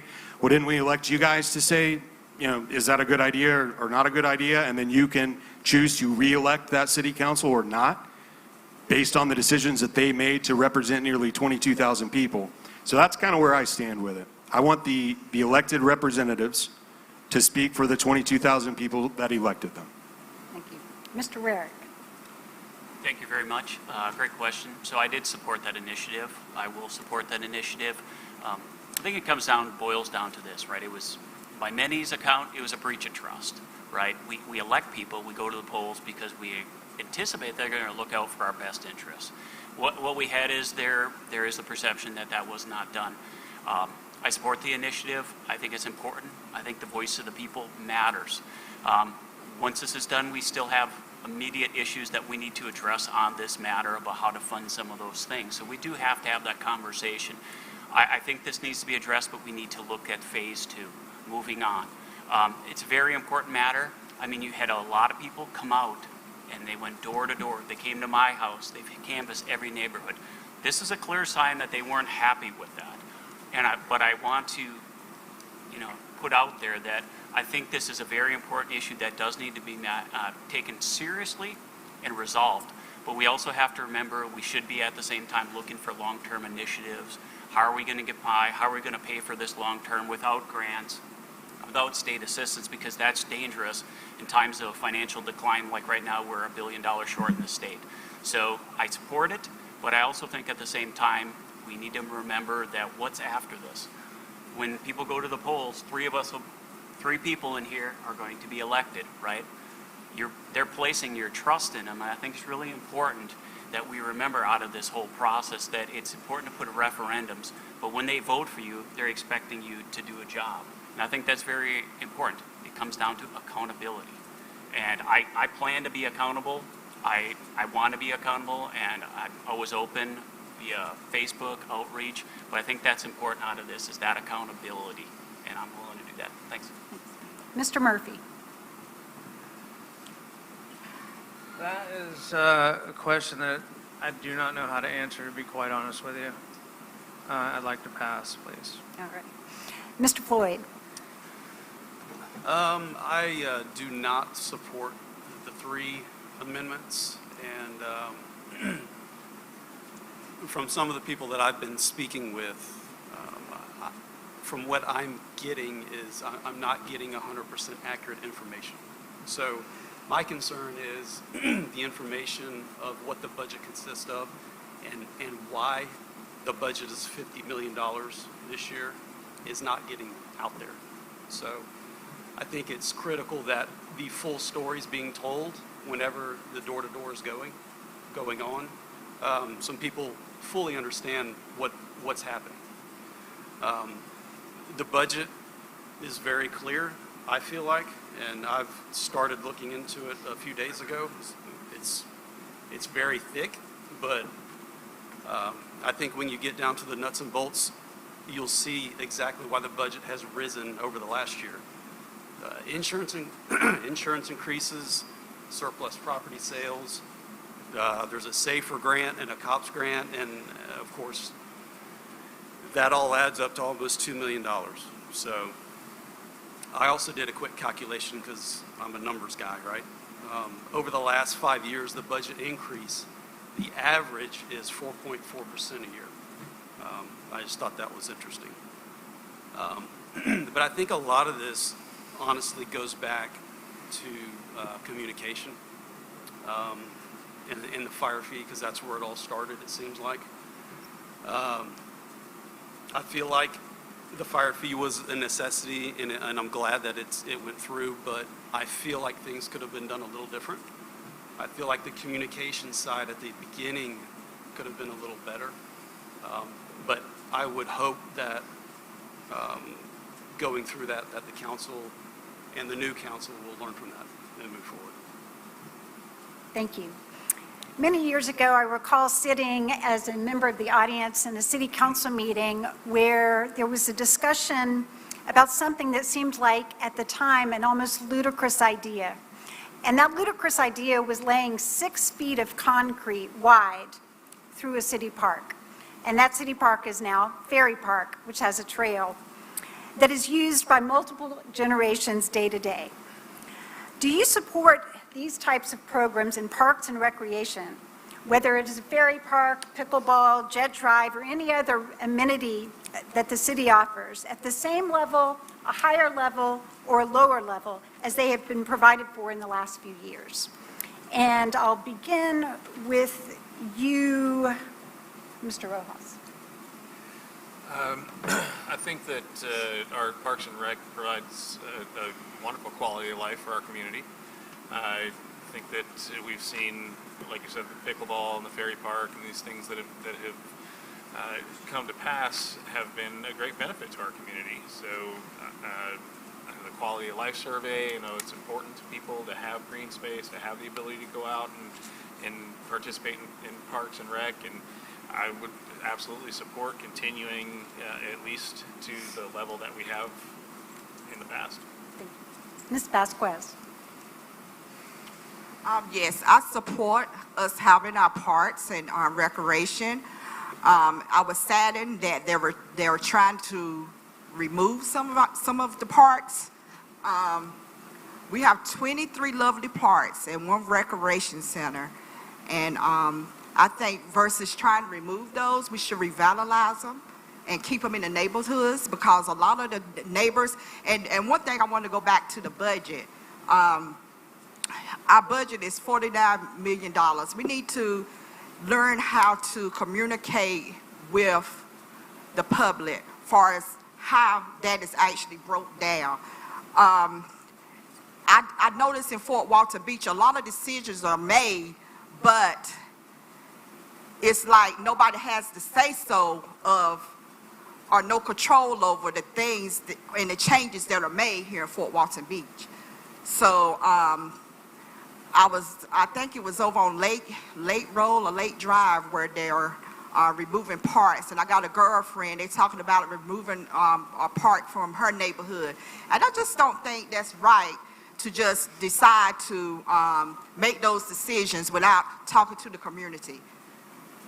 We need to get better with that in Fort Walton Beach, because it causes a lot of problems. I see a whole lot of things that go on, and we didn't even know, We need to stop making decisions, and we need to educate the community on this budget, how it's broken down, how the funds are being utilized. That way. Thank you. Mr. Stearns. I believe that the Parks and Rec Department is perhaps one of the most important departments in all of the city of Fort Walton Beach, because it's probably the department that most families can come to grips with or relate to the easiest. Who doesn't enjoy taking their kids out on a sunny day to go on the swings or on the slide? It's really easy to enjoy a day like that. It's also really easy to have your day ruined as well. And yes, we have 23 parks, 23 green spaces within the city. Thank you. 20 plus 1, you're right. I concur that it's unfortunate that the Lake Drive neighborhood was affected so recently. In a town that is so hemmed in, like Mr. Smith was talking about earlier, on the north by the military, on the south by the Gulf of Mexico, and then sprinkled throughout by unincorporated municipalities. When you look at our green spaces on a map, I am damn proud that we have 23 green spaces, and I do not want to lose a single one of them for 6 houses that are going to be built that I'm never going to get to live in, that I'm never going to get to see the benefit of. But you know what? I would see the benefit of an improved green space at that Lake Drive facility, and I think that the ball was dropped there. Imagine what we could have done with a little bit of beautification and effort and some elbow grease. We would have made a lot more people happy than the situation that we're currently in right now. And I think that in the macro is the biggest problem that we're facing as a city is the messaging. The city does not do a good job of explaining the benefits to living within the city or explaining the benefits of what it is that the city is doing. I believe that the fire assessment fee could have been rolled out a lot better with messaging, with proper messaging. And maybe it wouldn't have if the messaging had been a little better. And I think that's the message that I'm trying to convey here in the grand scheme of things. If the city of Fort Walton Beach could improve upon its messaging, perhaps the quality of life survey results for those youth that were referenced earlier might be a little bit higher. But how could they be higher when all of the adults in the room seem to want to complain about everything all the time? What sort of example is that for our young people? I love this town. I was going to run for this position years ago, well before the fire assessment fee, well before I even moved back to this town. I love this town. That means something. I want to see this town grow and improve and beautify. We're living in a great economy right now, and damn it, I want my town to look like it. Vote for me on March 9th. Related to the issue of parks and recreation is the subject of beautification. I'm interested in knowing whether you believe beautification projects are an appropriate priority for the city. If so, what are they? How do you plan to pursue such projects? And I'll begin with you, Mr. Floyd. Beautification. Beautification in parks, I think, is critical. I think that the citizens want parks that they can utilize and enjoy themselves and not, it needs to be in an inviting environment. It definitely does not need to be a place that might be scary. And just let me clarify before you use all your time, my beautification question is not limited only to parks, it's the entire city. Okay. But you can speak to whatever part of it you'd like. Okay. Just speaking really quickly on the Lake Drive, I was actually, I ran over there today and looked at the park that was sold. And then across the street, there's another section of park as well that actually has walking trails. So that was interesting to see. But with a little beautification there, I think that could become a nice park. Around the city, I do think, I think that they do a good job. I think beautification is always a great thing. It gives the citizens a sense of pride of their city. The medians, back to the parks, and then of course going back to this downtown. I mean, that whole concept to me is beautiful. Thank you. Ms. Riley.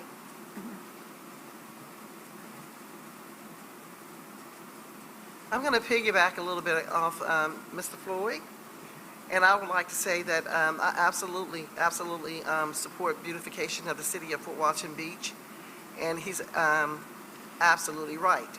It does give the citizens a sense of pride. Again, I was raised in the area, born and raised in the area. I've seen the city grow. When I grew up, I used to play in somewhat of the forest.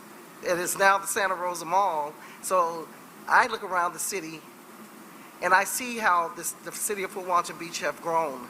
I support beautification because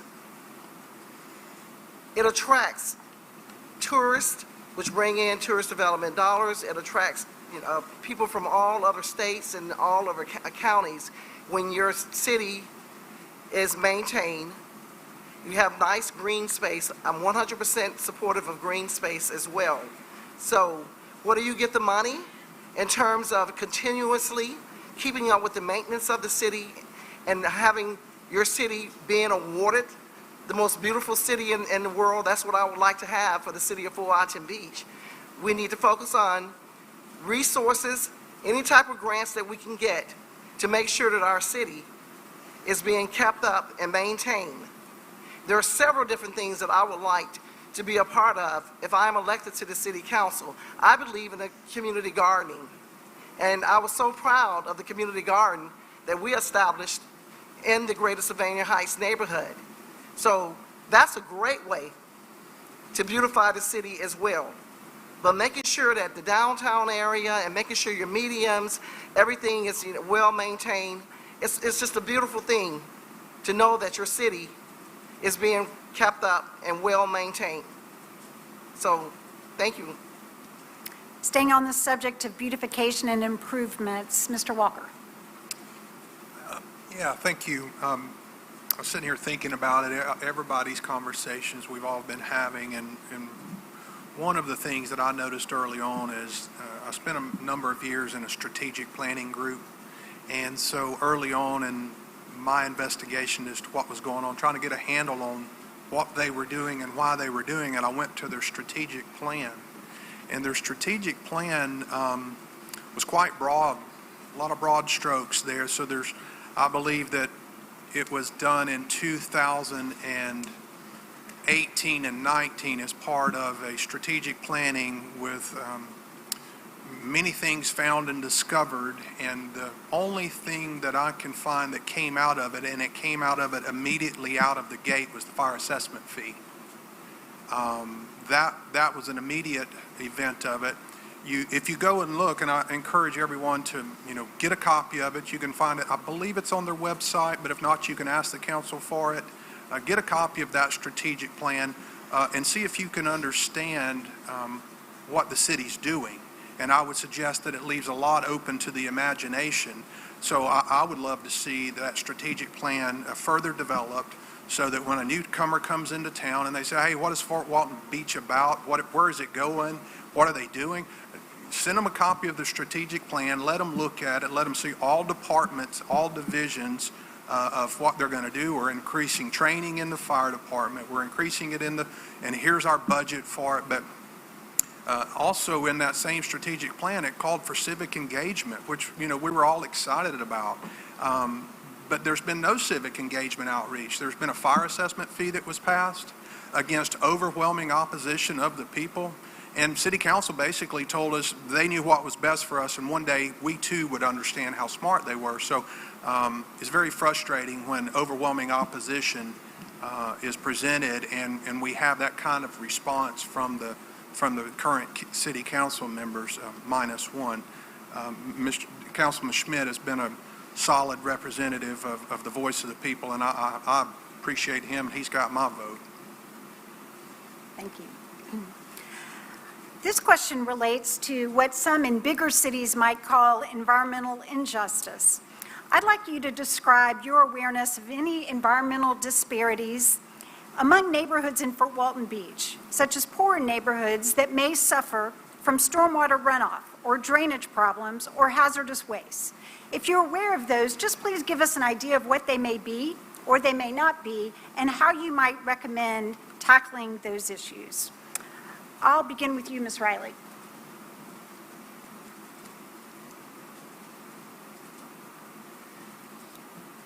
Thank you for the question.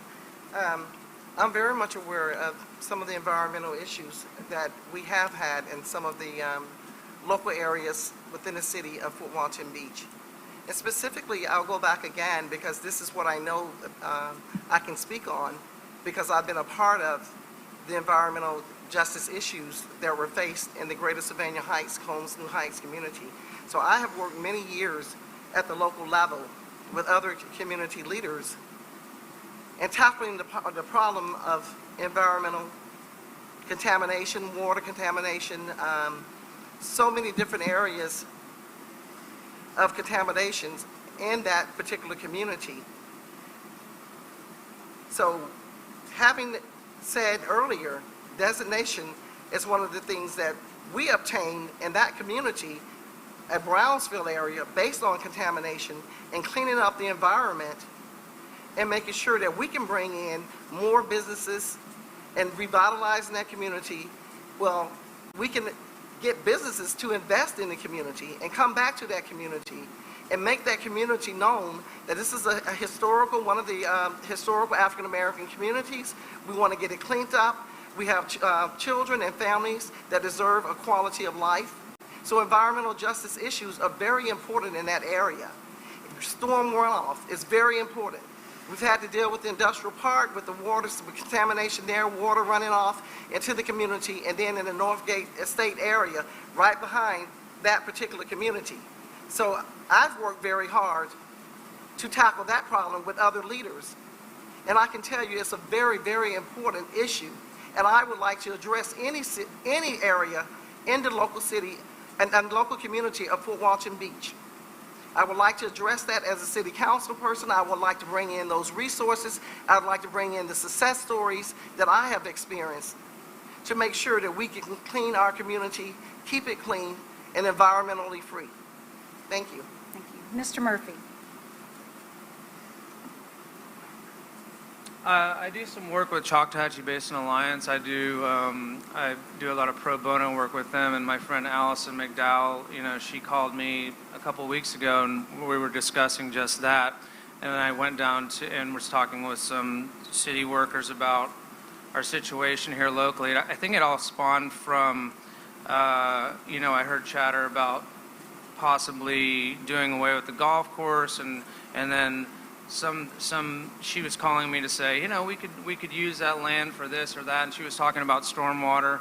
And then I went down to the city and was talking to a gentleman, and he was describing kind of the facilities, and it was my understanding from him, from the last hurricane that came through, that we in fact had a pretty good system in place, and he was pretty proud of that. And really those are the only thing I can really speak to that at this time, but I will do more research, and I really appreciate what you just had to say. I wasn't aware of that. Thank you. Mr. Schmidt. Yeah, absolutely.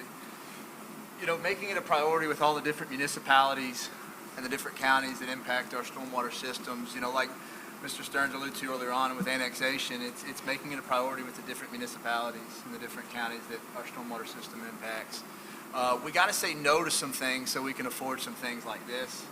Unfortunately, sometimes when people say no to some bigger things, we get misrepresented on focusing on what we're against instead of what we're for. Environmental things like stormwater, as well as some other things, are one of my main reasons. Downtown master plan and around the mountain are my main factors of saying no to some things so we can afford some proposals, working with the different counties and municipalities on making it a priority. It's a very expensive priority, which is why we got to say no to some things now so we can afford these type of programs. Not to keep going back to around the mound. I know we're on the environmental conversation, but we have conversations about around the mound, environmental studies. I heard something about a city hall. There's a lot of things that are out there that different stakeholders want. The safety and the environment is where it starts. The food that we eat, the water holes that my kids swim in, the runoff that's coming off of the Roundup and the pesticides and the things in our grass that gets in our water system is something we have to take serious, and we have to say no to some things so that we can have those other things. I'm going to piggyback off what you just said, because now you've reminded me that I saw one of your promotional materials that said what you were for. And I'd like you to explain to the audience what it means to be a city council person and how you would specifically be for increasing educational opportunities and the culture of Fort Walton Beach. Yeah, how would you do that on the city council? Yeah, absolutely. Again, some things that I've been fortunate to be a part of these past 4 years, working with staff and some other council members that are here tonight, Mr. Holmes, Ms. Jamison, the mayor, Ms. Allegretto, and the staff at the different schools, as well as the city, on enhancing those educational opportunities like Liza Jackson, like the Montessori School, Okaloosa Technical College, and other things, enhancing those educational opportunities. That's what impacts the culture. That's what impacts those low-income data that we referred to earlier on. That's what impacts you mentioned some questions a little while ago about the beautification projects. No policy, no government stance is going to beautify. It's not going to impact things. What's going to impact things is that culture changing.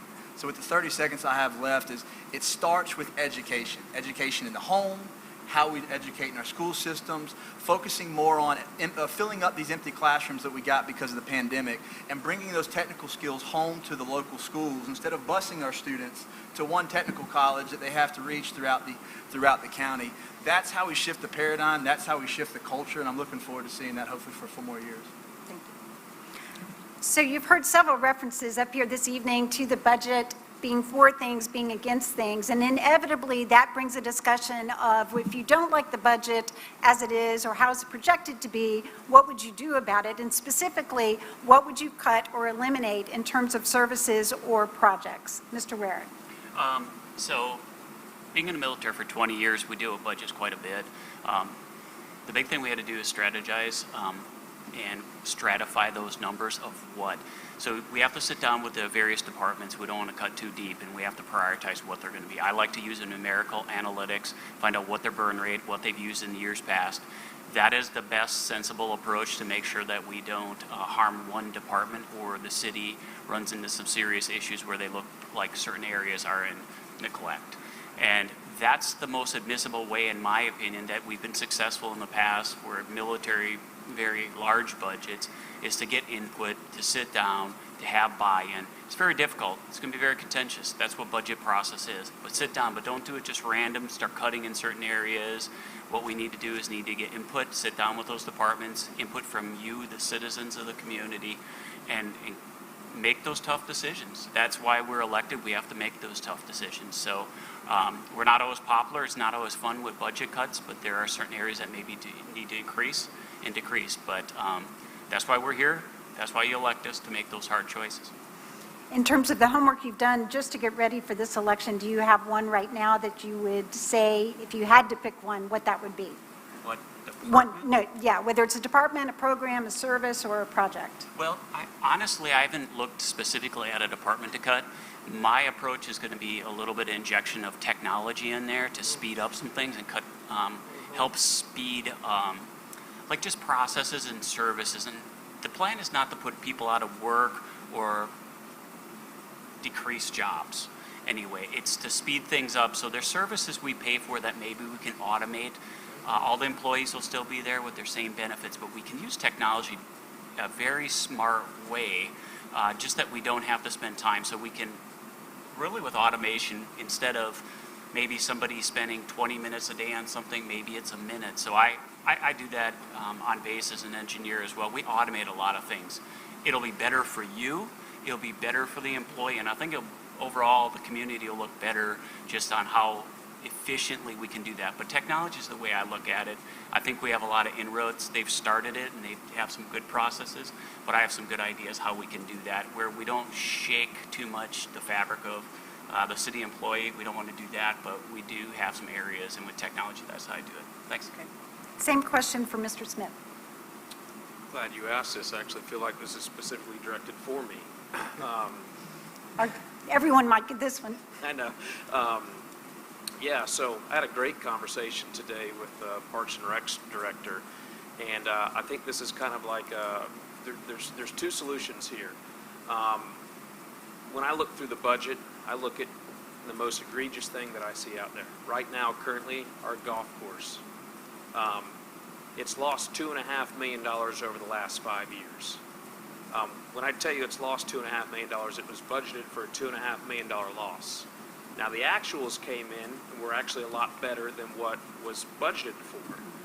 And typically, when you're going to create a budget, you try to get within about 5% of what your actuals are. Just to give you kind of an idea, the last year of actuals that we came in, we were 400% off of our actuals. We budgeted for a $437,000 loser and actually made $17,000. Well, if we budgeted for $437,000 and we made $17,000, that difference that you see, that variance, gets shifted over into city reserves. The citizens don't get that money back. So what did it really cost them? It really cost them $437,000 because we budgeted incorrectly. There's no reason on the face of God's green earth you should be able to miss a budget by 400%. Luckily, we look at the budget today, and it's budgeted for a $180,000 loser. And me and Mr. Peters were having this discussion, and I asked him, how do we make up that difference? We talked about how the expenses are set up, and basically it's expensed out, so it costs, the most it's ever going to cost you. So we know the worst it's ever going to cost us this year is $180,000. Well, how do we make that difference up? I asked him how many rounds of golf get played in a year. He told me 50,000 rounds. I said, so if you raise the golf rounds up $3 a round, that account will wash even. He said, yeah, and I go, well, why wouldn't we do that? The golf rates haven't been raised in 5 years at the golf course, and if you're telling me that all we have to do is raise the golf rounds $3 a round and it not cost the citizens any money, and we can allocate those dollars into another account, why wouldn't we do that? So I believe that you got to budget properly. That way you can use your money effectively. Thank you. Same question for Mr. Rojas. Sorry, repeat the question, please. If you were going to say that our budget needs to be cut for the city of Fort Walton Beach, what specific projects, services, programs, or service would you eliminate? I think that's a question that needs to go back to the department heads of the city and task them with making cuts or just coming up with a leaner budget. It's their expertise. It's what they're hired to do, and so I think we put it back on them to bring us where they can save or either save or increase their income. So the same as I asked Mr. Roehrig, you don't have a specific project, program, service at this time that you would recommend as an eliminated factor in our budget. Mr. Stearns, same question. I also don't have a specific one to eliminate, and that's just because this is an area that is not part of my expertise. That being said, I'm not going to get in the game of eliminating anyone's services. What I would like to do is harp on what Mr. Rojas just said. I'm looking to be elected on March 9th.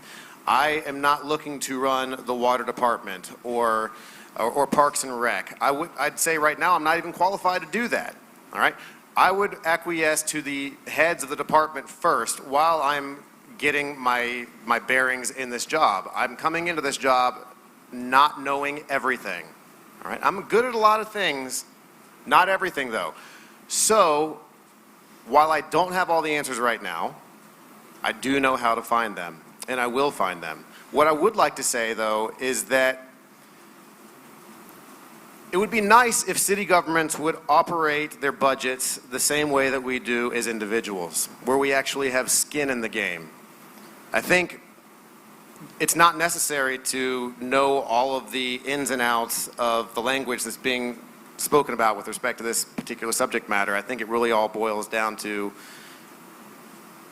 smart decisions, eliminating waste, and revisiting those decisions every 4 years. Thank you. You can tell if you've been following the candidates in this election that some are more promoting what the city has done right, and some are critiquing what the city has perhaps not done right in their view. So I'm going to ask some of the candidates their position, perhaps from a different point of view than they've particularly been driven to look at these issues so far. Mr. I won't tell you the name. What is the area in which the city of Fort Walton Beach needs the most improvement? Mr. Allegretto. The most improvement, I would say communication. You know, I know a lot of people up here, even people that I disagree on fundamental issues with, I would agree with that. You know, I think that while there are definitely times that I have seen massive improvements over the last 4 years, you know, Mr. Rayner with the city as the public information officer, I think he does a really good job in communicating things through certain channels. Obviously, there are no really like just cover all ways that no matter what, everybody's going to hear about this one thing. You know, there's like maybe 5 events you could think of in the last 10 years on a national level that everybody's aware of that happened. And so the goal is probably always to try to make the 22,000 residents, the business owners, the visitors here to the city aware. But at the same time, there's definitely room for improvement with the way that the city has communicated in the past 4 years, in the past 10 years. Has it gotten worse or better? It's definitely gotten better. I've watched it get better. But there's definitely room for improvement there. You know, there's other things as well, but if you're focusing on just one area, I would say that as to the beautification question that you asked earlier, that's a thing that I would like to see a lot more of. how important in a budget is that versus public safety versus, having parks versus water and sewer service versus trash collection and recycling. It's probably not going to top those. But at the same time, I think that Mrs. Riley brought up an excellent point earlier, and that's taking the pride in the community.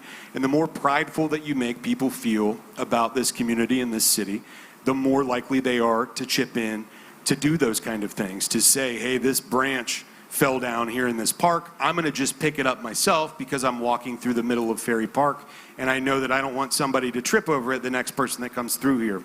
So we're good at that as a community. Obviously, we could be better at it, and the city could certainly do a better job in leading that charge. Thank you. Mr. Schmidt, same question. Yeah, absolutely. Because I'm for downtown master plan, because I'm for around the mound, because I'm for the enhancements in the commerce and technology part, we got to make some tough decisions now. And we're bringing in the most amount of money the city of Fort Walton Beach has ever brought in. We've heard a lot of conversation about whether we're against or for different policies that got us to that record high income. But when we're at a record high income, we're still taking out $1.5 million from the reserves. That's a concern. And again, because I'm for all those things I just mentioned, we got to scrutinize and continue to improve that so that those other things that we all have been talking about for multiple years come to fruition. Thank you. Mr. Murphy.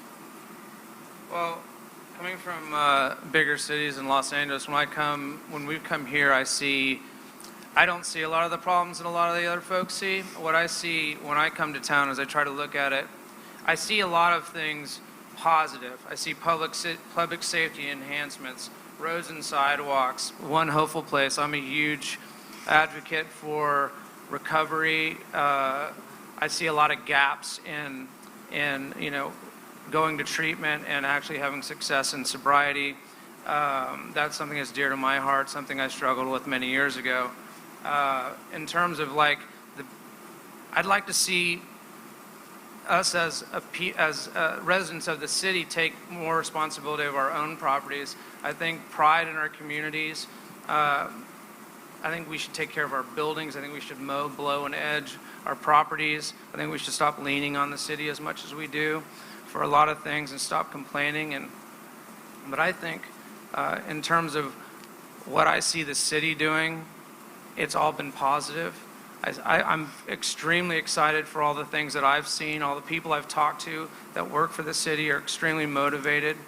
I don't think we should be in have a negative outlook. I think, to me, it's all positive, and these are things that can be improved upon. But the main thing I see are things that we can do ourselves. If we take care of our tenants and our buildings and our properties, then people will have pride, and they'll take care they'll take care of themselves, and they'll have more pride in their communities. And I think it's just, that's my big picture. That's my thought on that. Thank you. And on the flip side, what is one area in which you think that the city of Fort Walton Beach is excelling? Mr. Walker. Where they're excelling? Excelling. Well, being excellent. Thank you. Like Ms. DeBerry mentioned earlier, that I was so excited, and I don't know that I would call it excelling, but it was a breakthrough. There was a breakthrough last month after 2 years of going before the city council and having questions, and this was prior to the fire assessment fee. Leading up to it, Mr. Mayor made a mistake. He said his mind got ahead of his mouth, and for over 2 years would not allow citizens to ask questions of their city representatives up there.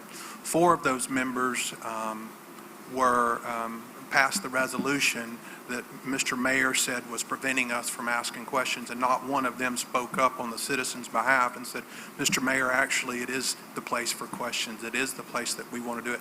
When questions are asked, and it's the breakthrough, when questions are asked at city council, other people sitting in the audience, people online, they get new ideas. They understand the perspectives of the council members up there. So I don't know that it's excelling, but it's a breakthrough to have the mayor and hopefully now the rest of the city council members will be encouraging citizens to come with questions so that we can have the answers and further develop transparency. And I know that that'll further come out in the strategic plan. It'll come out, the questions will be welcomed from City Council. If you don't know it well enough to explain it, then somebody else, they can circle back to us. So I believe the excelling is the openness that I saw 2 weeks ago, last week at City Council, and I look forward to that continuing to excel. Transparency and openness. Thank you. Thank you. Mr. Roehrig, Please repeat the question. in what way do you see the city of Fort Walton Beach excelling? I have to give credit. I see them move in the positive direction as far as what the city growth of how it is. A lot of infrastructure projects. They have a vision. Over the years, they've started to work with a gentleman in Pensacola to develop that long-term plan for the city, and that's probably where we need to go. I think they did a great job. I occasionally watch them on TV, see what the city council's up to, and they all have, there has been issues, of course, with the fire tax, but I try to look on the positive they've done within the community, and I think they're in the right direction. They have a vision, they have a plan. I want to be a part of that. I think it's really important. There's a lot of fine details that we have to fix along the way, but I think we can do it together. But as far as their growth, where they're taking the community, how they're going to modernize the community, bring business in, they have the right track. I think they've done a great job, and I'm proud to be in the community with people with vision, and right now they've done that, and I have to give them due credit, and I want to be a part of that, though. Mr. Floyd. The things that the city's excelled in, I think, honestly, public safety has been one thing that has really excelled recently. With the fire fee, that has given them a lot of the equipment that they have not had, and it gives them better serviceability to our citizens. Parks and Rec, I mean, have you guys seen the pickleball courts lately? I don't know if you can even get on one. I mean, the Parks and Rec, I think, is doing a great job. I know the golf course is doing very well. I know it's still in the negative, but it's doing better. And then what Mr. Roehrig said, the vision. That's something that I'm really big on, is the vision of Fort Walton. What is it going to become? You know, and it's going to take all of us in this room, all of the citizens, to get there. So that was my thoughts. Thank you. At this time, I want to give each person an opportunity to say, I didn't get to answer something. I'm owed one more question. Anybody really want one more question just for themselves? It's a zinger. You want one just for you? Well, no, Yeah, it's got to be a question, not a statement. Okay, a question. No, from me, Ms. DeBerry. Do you want a question from me? Do you think you didn't get a fair shot tonight? No, I got a fair shot. Yeah, I think you did too. All right, with that, we're going to wrap it up. And I'm going to give each person 90 seconds to make a closing. I'll start at the other end as where we started. And although you can say anything you want, I'd like to guide you and give you some help in your closing to answer this question. Outside of what you have accomplished in your own job and in your own family, what is your highest and best contribution to the city of Fort Walton Beach? Mr. Walker. Yeah, well, I'm very proud of my service to the community through All Sports Association. We are a 100-member group. We raise funds, $135,000 this year. We've got our banquet coming up soon. It'll be February the 19th, I believe it is. It'll be held up in Okaloosa, Walton. I've been a member of that organization now going on 8 years.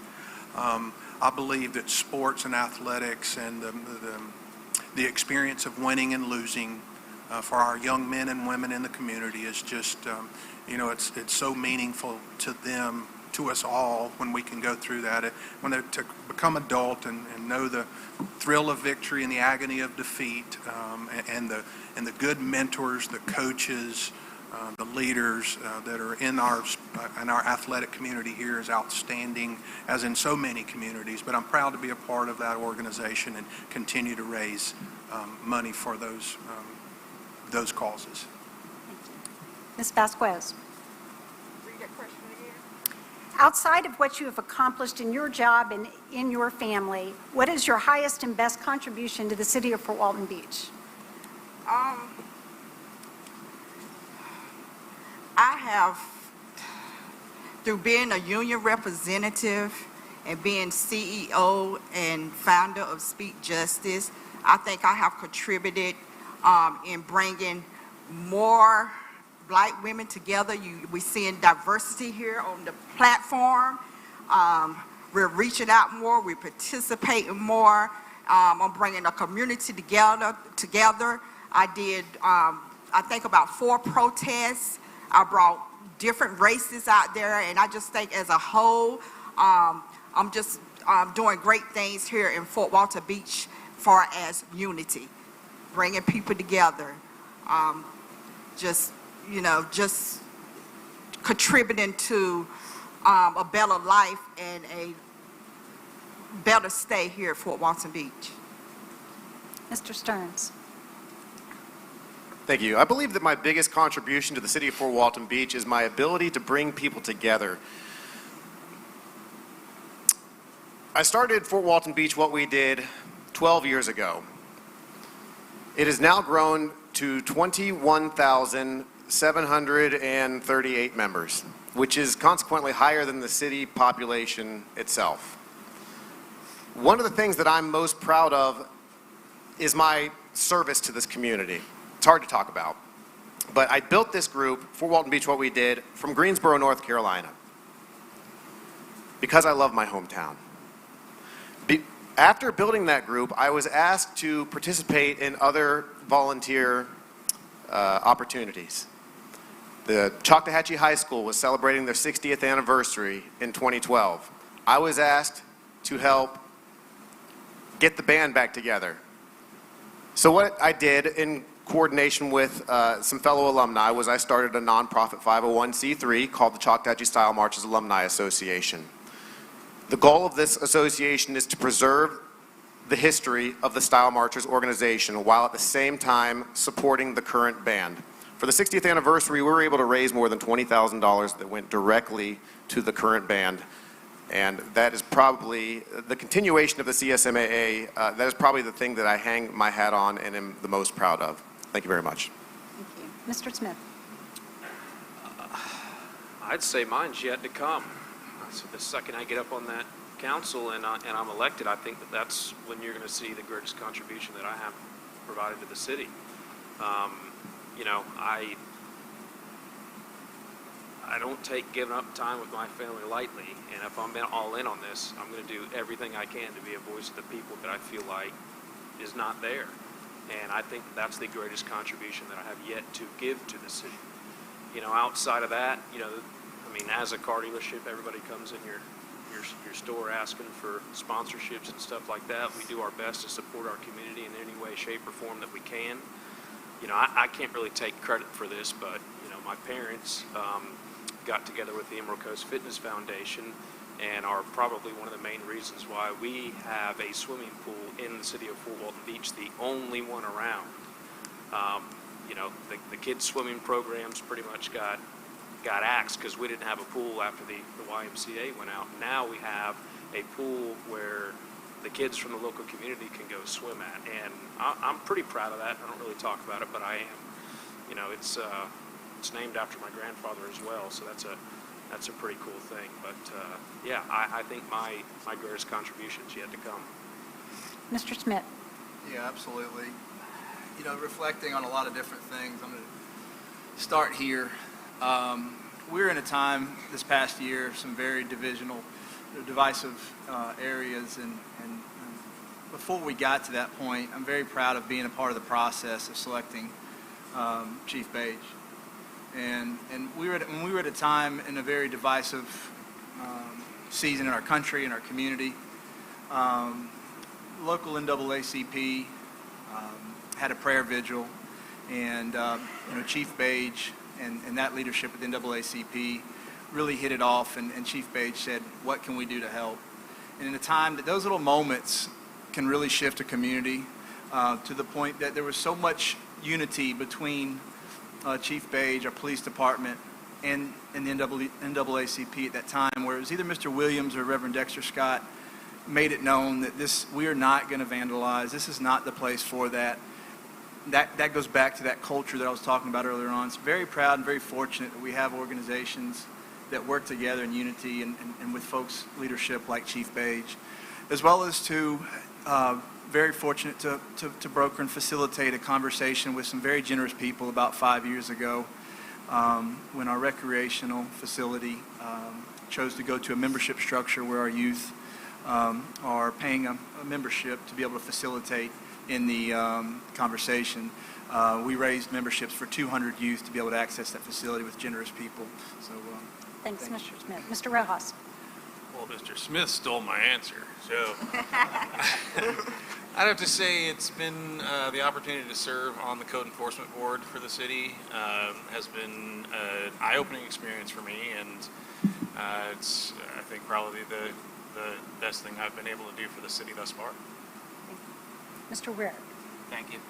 So my most important contribution is a little bit personal. So myself and a group of guys, what we do on the weekend, most Saturdays, we've been doing it for a couple of years, is we actually go out to some of the less fortunate and elderly, and we help them with some things around their house.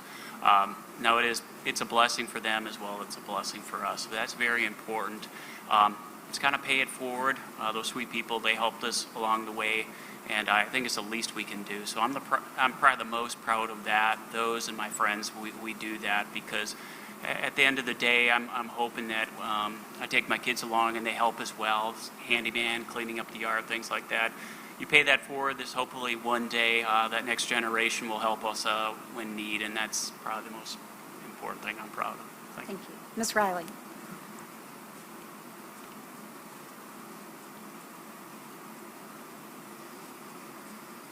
One of the proudest things that I can tell you about my accomplishments in the city of Fort Walton Beach is I am a retired public servant for the state of Florida, Department of Health. And one of my proudest moments is to tell you all that working for the state of Florida and working with the families here in Okaloosa County and the city of Fort Walton Beach formulated my opinion, my work career, and how I wanted to give back to those who are less fortunate, the disadvantaged, and those who have been left behind. And with that being said, I'm so proud of the works. After I left the Department of Health, I am currently the Executive Director for the Okaloosa County Head Start, and I work with some of the same families. But my works in the Lovejoy community and the designations that I was a part of, the Brownsfield, the Opportunity Zone, and making sure that we can revitalize that community and those families will have a better quality of life. That's my proudest works that I have done in the city of Fort Walton Beach. Thank you, and vote March the 9th. Mr. Murphy. Hi. Things I'm most proud about is one of the things that I mentor kids out of high school, and I get such a kick out of seeing kids with not a lot of direction. I didn't have a lot of direction getting out of high school. I've seen the light switch get turned on when a couple of kids make it through, go to college, and have direction in their career where they're going. As I said, I'm huge in the recovery kind of area of this town and anywhere really, and we run meetings out of my house, and when someone comes in with that loses everything and has no hope, and to see that the moment when their life gets turned around and like me gets their life back, that's extremely important to me. Another thing that's very dear to my heart is the homeless folks. I'd like to see a quality of life survey with them. I think it'd be a much different story. And real quick, my wife and I sponsored a gentleman and watched him come from this holding a sign on Racetrack Road to having a new hip, a pacemaker, apartment, driver's license, and a life. And so I would like to continue on all those levels, mentorship and things of that nature. Thank you. Thank you. Mr. Floyd. I think a lot of the biggest accomplishment that I can think of that sticks out to me really is the involvement I think that I've had in a lot of the nonprofit organizations. And And mine, honestly, is more so professional. I do sit on a couple boards, but those boards, I feel making those decisions to help those nonprofits further their outreach to their community, which is our community here in Fort Walton Beach, that's a big deal to me. The work that I do, again, going back to my work, I feel like some of the projects that I've worked on here in Fort Walton Beach are really, truly shaping Fort Walton Beach and moving towards the vision that Fort Walton has. So that's something that I'm very proud of. Thank you. Mr. Berry. Listening to all of you, I'm inspired. And I had to stop and think, what have I done? What have I done that has been outstanding this past year? During the pandemic, there's been so many people afraid to get out and about and do the things that they normally do. I have a spreadsheet of many, many people that I visit and call daily, weekly. I've taught some people how to shop online with Walmart and have it delivered to their home. And these are people that they learn how to use a computer. Can you believe this? You know, I have one lady, she's in her 80s, and she says, well, you have to come over here and help me. But now she can do it herself. Another accomplishment I think I can think of is the fire assessment fee. It was little known that so many people qualify to not have to pay that fee. And thank you to Mr. Lacayo working with me. We were able to get several people to fill out that paperwork and get it into the tax assessor's office in time so that they did not have to pay that fire assessment fee. This made a difference in them eating. This made a difference in them paying their utility bill. And yes, I am proud of that. Thank you. Mr. Allegretto. So I would say, I've really enjoyed coaching youth sports in our area and just seeing kids come from, not knowing how to do anything with a basketball or a baseball or a football. And then, over the course of a season, seeing that little kid just get excited about a sport here in this city. Also, I've volunteered for plenty of places. The one thing I would really say that stands out to me over the time that I've been on the city council is working with the community over by East Hollywood Boulevard and organizing a petition with the community over there to get the speed limit lowered from 35 to 30 miles an hour. While that's not a huge change, it is something, and it is a positive change in that community after there was a fatality on that road. We now do have the speed feedback signs. There's a lot of work still to be done all over the city with those kind of things. But I did want to also just use the majority, or the remainder rather, of my time, probably about 30 seconds or so, to say that I'm very proud of this city as a whole.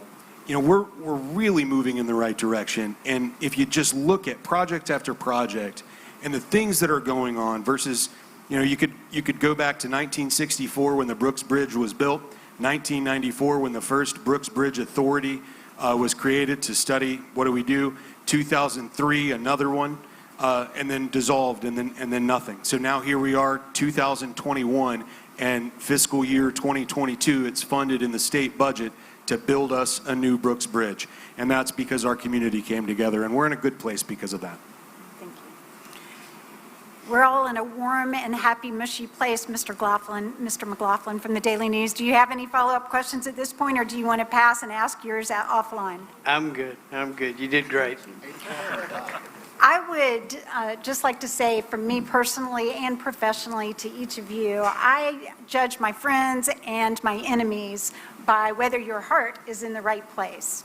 And I want to say to each one of you, by name, individually, that I know, regardless of your position on different issues, regardless of whether you are elected, I know that your heart is in the right place for the city of Fort Walton Beach, and for that, I know our community is very grateful. Thank you.